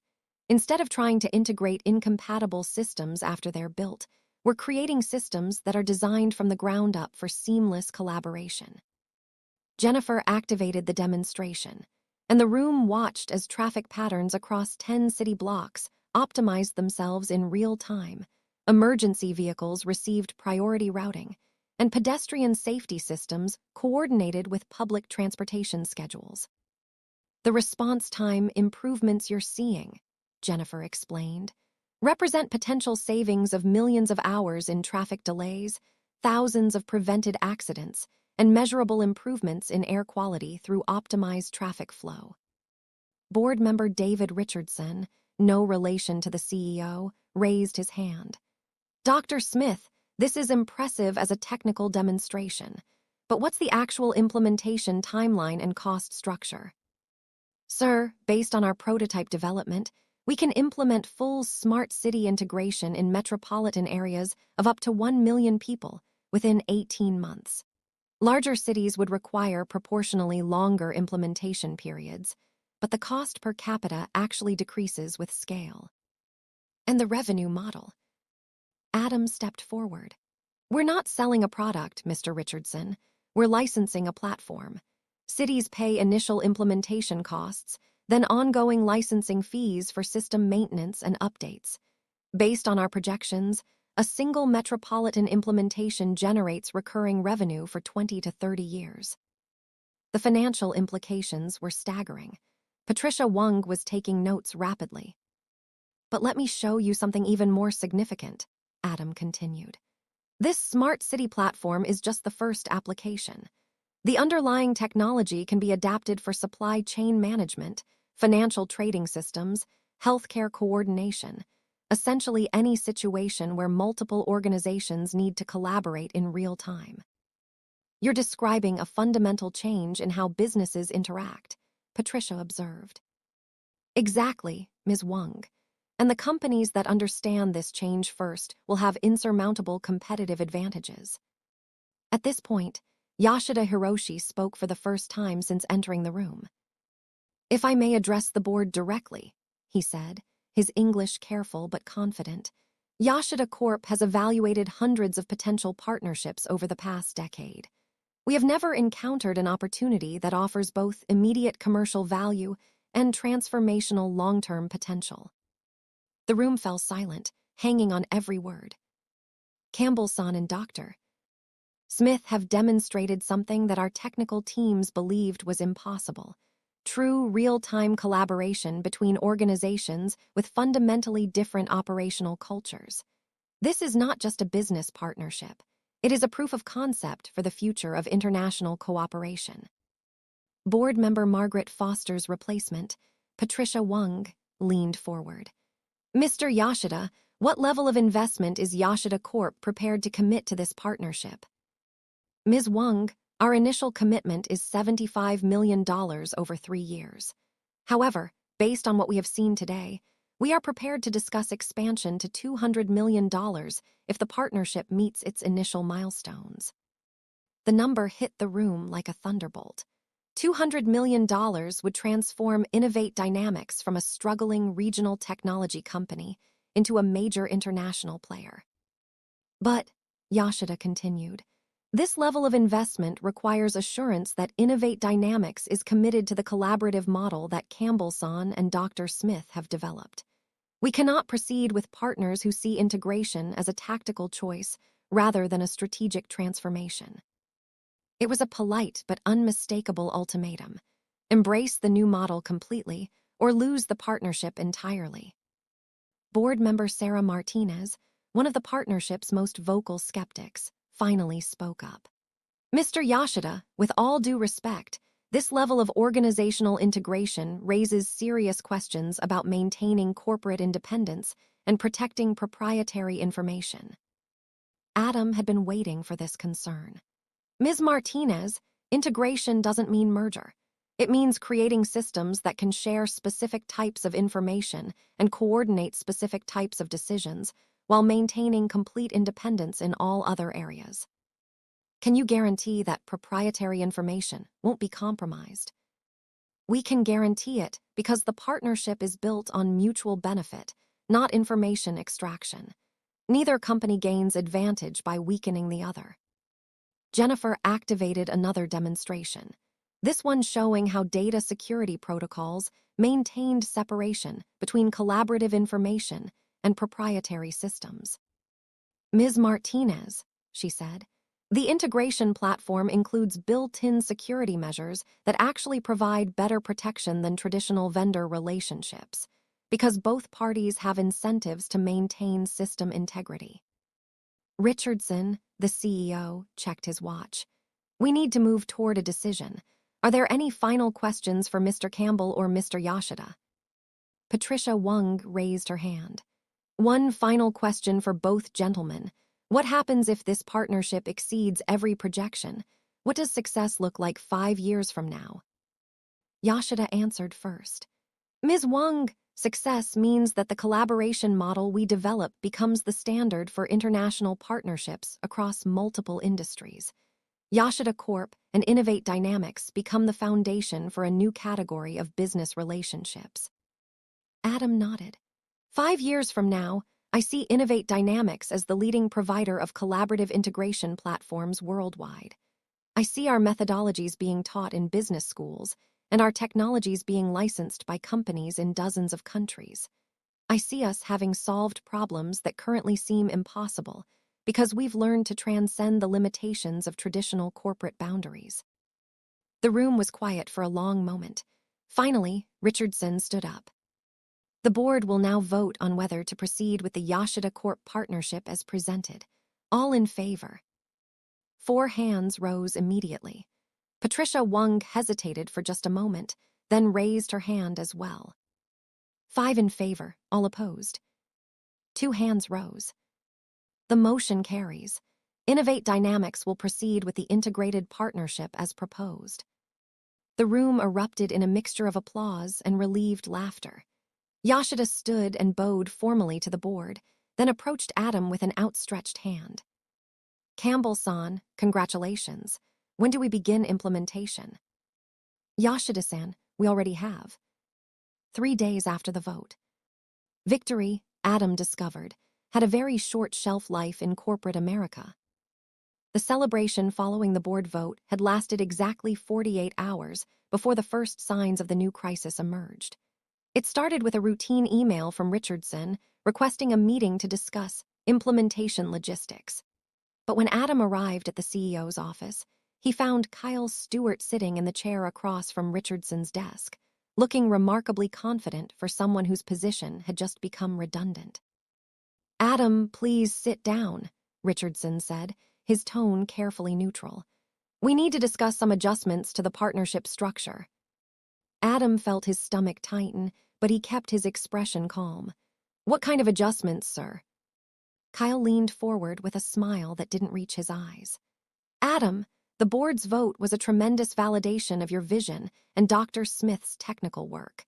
But now that we're moving into implementation phase, we need to consider scaling up the leadership structure to handle a $200 million operation." Scaling up how exactly? Richardson opened a folder and pulled out an organizational chart. "Adam, you'll continue as Senior Director of Partnership Development, reporting to Kyle in his new role as Vice President of International Operations." The betrayal was elegant in its simplicity. They weren't firing Adam or removing him from the project. They were promoting him into irrelevance while placing Kyle in control of all major decisions.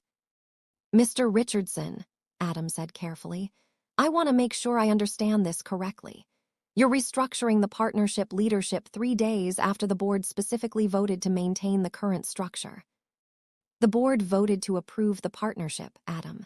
Leadership structure is an operational decision that falls under executive authority." Kyle's smile widened. "Adam, this is actually a good thing for you. You'll be able to focus on the cultural relationship aspects you're so good at, while I handle the business implementation you find challenging." The condescension was masterful.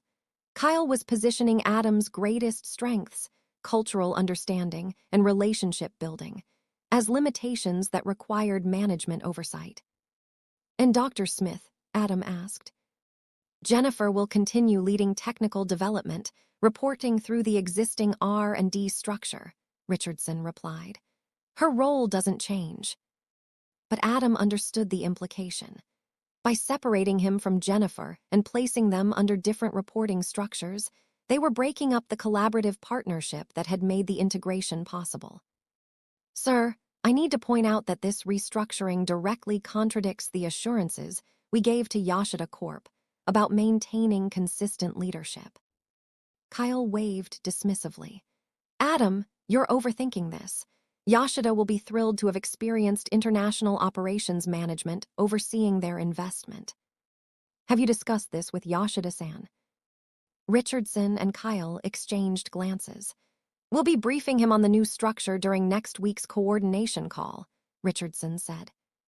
Adam realized that they were presenting him with a fait accompli. The decision had already been made, probably with board approval, and his input was neither requested nor required. "Mr. Richardson, I'd like to request a meeting with the board to discuss this restructuring." "Adam, the board has full confidence in executive management's ability to handle operational decisions. There's no need to involve them in day-to-day implementation details." "Sir, with respect, leadership structure isn't a day-to-day implementation detail. It's a strategic decision that affects the entire partnership." Kyle stood up, signaling the end of the meeting. "Adam, I understand this is an adjustment, Why don't you take the rest of the week to think about how you'd like to approach your new role? We can discuss specifics next Monday. It was a polite dismissal, wrapped in the language of consideration.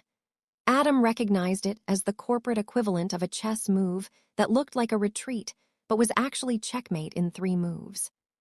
After leaving Richardson's office, Adam found Jennifer in the R&D lab, staring at her computer screen with an expression of barely contained fury. "Let me guess," he said. "You got the memo about the restructuring." "Adam, they're not just changing reporting structures. They're changing the entire implementation approach." Jennifer turned her monitor toward him, showing an email from Kyle outlining revised development priorities that essentially abandoned the integrated model in favor of traditional vendor relationships. He wants us to develop separate systems that can be sold independently, rather than collaborative platforms that require real integration. Adam sank into a chair, the full scope of the betrayal becoming clear. They're going to keep the Yashida partnership but strip out everything that makes it innovative. Which means it will fail, but slowly enough that Kyle can claim he tried to make it work with the resources he was given. And when it fails, the blame will fall on the original vision being unrealistic, not on the implementation being sabotaged. Jennifer was quiet for a moment, then looked up at Adam with an expression of grim determination. "So what do we do?" "We fight back." "How?" Adam pulled out his phone and scrolled through his contacts until he found the number he was looking for. "By reminding everyone involved why this partnership exists in the first place."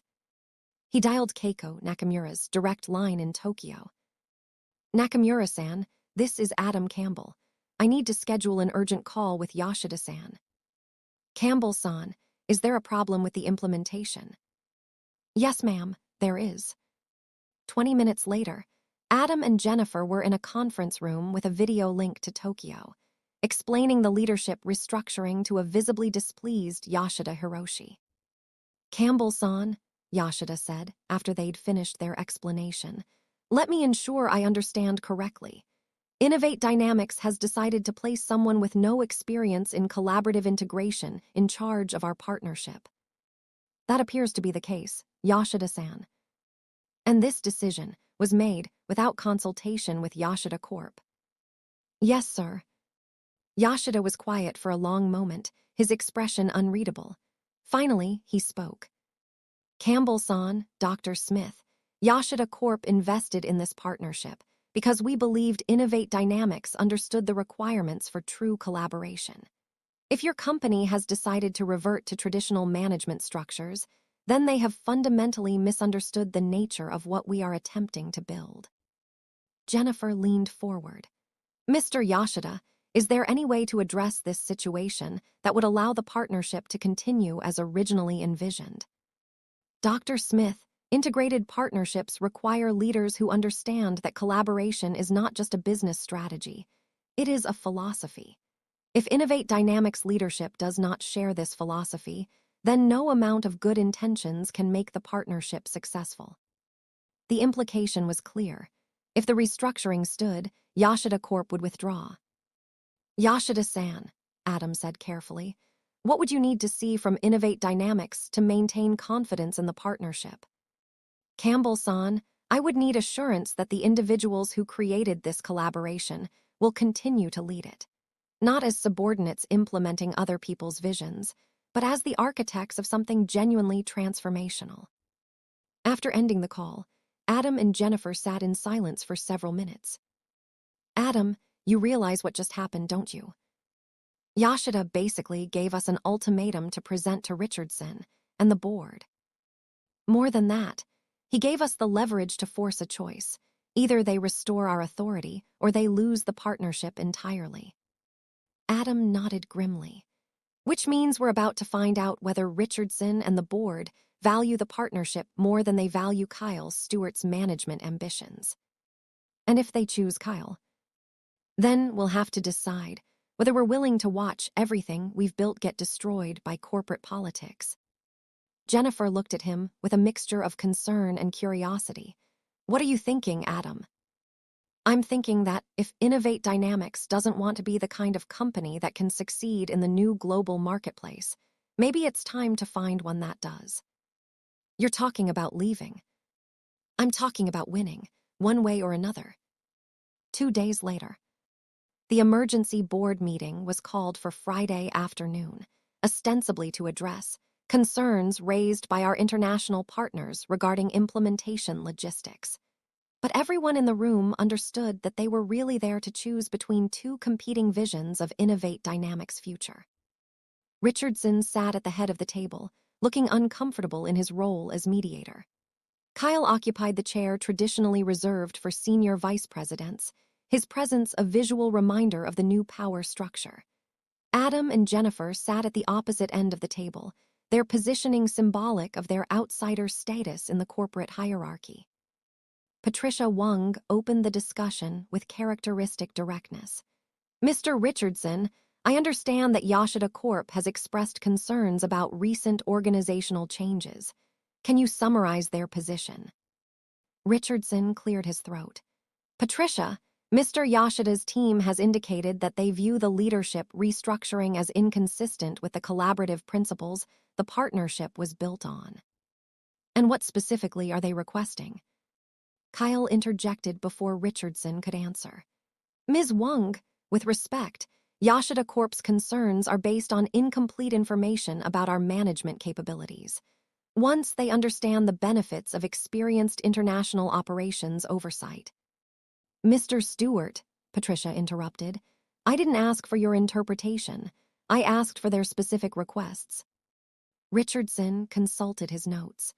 They're requesting that Adam Campbell and Jennifer Smith maintain autonomous authority over partnership development and implementation. Board member David Richardson leaned forward. Autonomous authority? That seems like an unusual demand from a business partner. Adam spoke up for the first time. Mr. Richardson, it's not unusual if you understand the nature of integrated partnerships. Yashida Corp has invested in a collaborative model that requires rapid decision-making and cultural sensitivity. Those capabilities can't be effectively managed through traditional corporate hierarchies. Kyle's expression hardened. Adam, what you're describing isn't management, it's abdication of responsibility. A $200 million investment requires experienced oversight and proven risk management protocols. Kyle, what it requires is leaders who understand that the biggest risk is failing to deliver on the collaborative model that attracted Yashida Corp's investment in the first place. Jennifer activated the room's presentation system. If I may, I'd like to show you something that might clarify the situation. The screen displayed a comparison between the original integration timeline and Kyle's revised development priorities. Kyle's approach, Jennifer explained, would deliver traditional vendor products that Yashida Corp could purchase from dozens of other companies. Our approach delivers collaborative capabilities that literally don't exist anywhere else in the world. She clicked to the next slide, showing projected revenues under both approaches. Traditional vendor relationships might generate 50 to 70 million in revenue over 5 years. The integrated platform model projects between 300 and 500 million over the same period. Patricia Wung studied the projections carefully. Dr. Smith, those are dramatic differences. What accounts for the revenue variance? Ms. Wung, vendor relationships end when the product is delivered. Platform relationships generate ongoing licensing revenue for decades. More importantly, platform relationships create barriers to entry that vendor relationships don't. Sarah Martinez, who had been skeptical from the beginning, raised her hand. Dr. Smith, Mr. Campbell, these projections are based on assumptions about market demand that may not be realistic. What if the market doesn't want this level of integration? Adam had been anticipating this question. Ms. Martinez, let me show you something that might address your concerns. He pulled out his laptop and connected to the presentation system. This morning, I received a call from the mayor of San Francisco.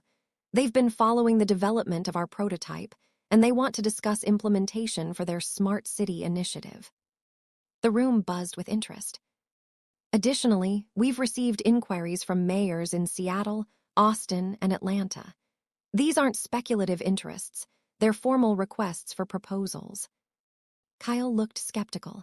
Adam, inquiries don't equal signed contracts. Municipal governments are notorious for exploring options without making commitments. You're right, Kyle. Which is why I'm pleased to report that San Francisco is prepared to commit to a pilot program with a budget of $25 million. The room fell silent. $25 million represented more revenue than Innovate Dynamics had generated from all sources in the previous year. Mr. Campbell, Patricia Wung said carefully, when did you receive this offer? Yesterday afternoon, Ms. Wung. And you didn't think to inform the executive team immediately. Adam chose his words carefully. Ms. Wung, I wanted to present it to the board in context of the broader strategic discussion we're having today. Kyle's face flushed. This is exactly what I'm talking about. Major business developments can't be managed by individuals operating outside established reporting structures.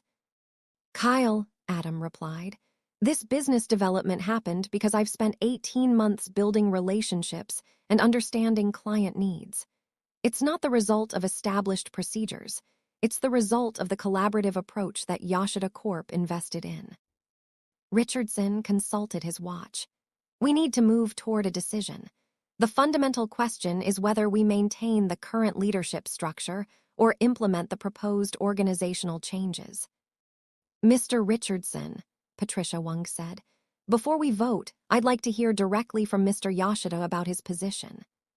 Richardson looked uncomfortable. Patricia, that would be somewhat unusual protocol. Sir, a $200 million partnership warrants unusual protocol.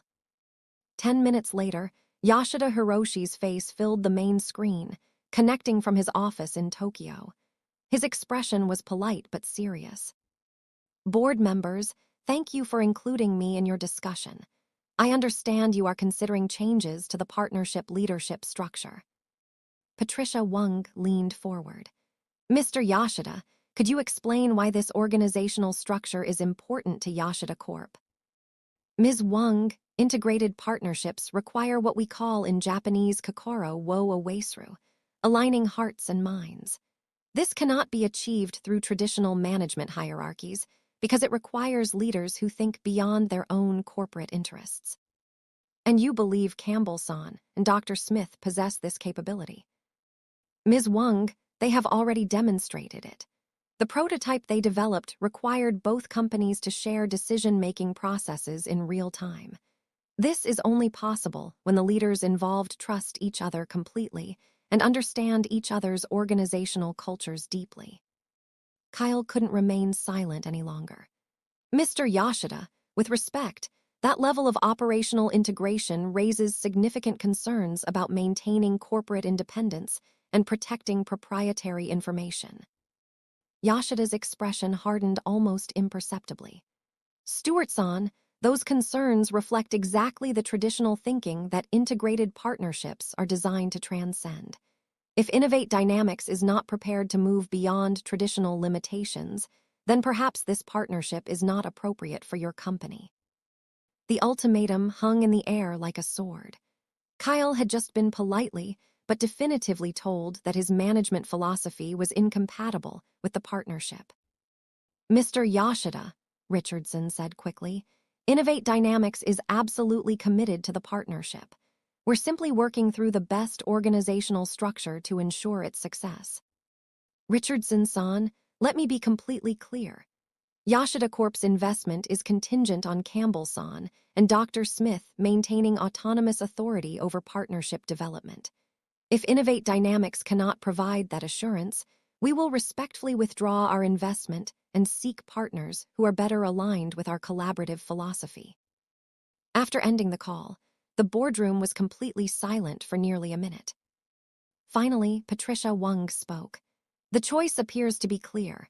We can maintain the current structure and keep the partnership, or we can implement the proposed changes and lose the partnership. Kyle made one last attempt. Ms. Wung, we shouldn't allow external partners to dictate our internal management decisions. Mr. Stewart, they're not dictating our decisions. They're explaining the requirements for their continued investment. We're free to reject those requirements, but we can't expect them to invest in approaches they believe will fail. Richardson called for a vote, all in favor of maintaining the current partnership leadership structure. 6 hands rose immediately. Only Sarah Martinez abstained. The motion carries. Adam, Jennifer, you will continue leading the partnership implementation with full autonomy. Kyle Stewart's face was stone cold as he stood up. Mr. Richardson, I'll be submitting my resignation effective immediately. I can't support organizational decisions that I believe will damage this company. After he left, the boardroom slowly emptied until only Adam, Jennifer, Patricia Wung, and Richardson remained. Well, Patricia said with a slight smile, that was dramatic. Richardson shook his head. Adam, Jennifer, I hope you understand what just happened. You now have complete authority over the most important project in company history, but you've also made some powerful enemies. Adam nodded grimly. Mr. Richardson, we understood the risks when we decided to fight for the partnership. And we understand the stakes, Jennifer added. If we fail now, we won't get another chance. Patricia Wung stood up, gathering her materials. Then I suggest you make sure you don't fail. After she left, Richardson turned to Adam and Jennifer with an expression of exhausted determination. You have 6 months to prove that this approach can deliver sustainable results. 6 months to show that integrated partnerships aren't just innovative, they're profitable. And if we succeed, Adam asked. Richardson smiled for the first time in days. If you succeed, you'll have transformed Innovate Dynamics into something completely new. And you'll have proven that the future of international business belongs to companies brave enough to transcend traditional limitations. Then let's get to work. The day of reckoning. The sterile white walls of Innovate Dynamics felt like they were closing in. Adam Campbell stared at the numbers on his screen until they blurred into a meaningless dance of red ink. For a year, his life had been a singular obsession, the Yashida Corp contract. A $75 million deal that wasn't just a career maker. It was a life raft for a sinking company. For him, it was the culmination of 1,000 sleepless nights and a deep, personal connection to a culture his colleagues saw only as a target market. His phone buzzed. A text from his only real ally in the building, Jennifer Smith from R&D. Baker's on the warpath, said you're giving away the farm. Watch your back. Adam leaned back, the cheap fabric of his office chair groaning in protest. Gregory Baker, the VP of Global Strategy, was a man who saw negotiation as a blood sport where the only victor was the one who shouted loudest. He didn't understand subtlety. He didn't understand relationships. And he certainly didn't understand the Japanese concept of nemawashi, the informal groundwork of consensus building Adam had painstakingly laid with Mr. Yashida's team for months. Across the floor, Kyle Stewart, Adam's perpetually smirking rival, was deep in conversation with Baker, pointing occasionally toward Adam's office. Kyle was a shark who smelled blood in the water, whispering poison into Baker's ear, positioning himself to take over the account once Adam did the heavy lifting. Adam knew Kyle was feeding Baker a narrative that he was too soft, too close to the client. What they saw as weakness, Adam knew was his ace in the hole. They saw a pawn. They had no idea he was playing a different game entirely. The air in the main conference room was so thick you could taste the ozone. On one side of the vast mahogany table sat Gregory Baker, flanked by a nervous-looking Kyle Stewart and the company's legal counsel. On the other sat Mr. Yashida, a man of quiet intensity, with his 2 senior aides from Tokyo.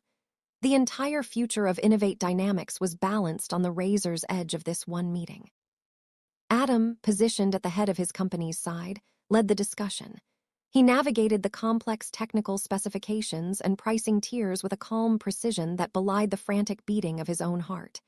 He and Mr. Yashida exchanged respectful nods, sharing a rapport built on mutual understanding, not corporate posturing. The deal was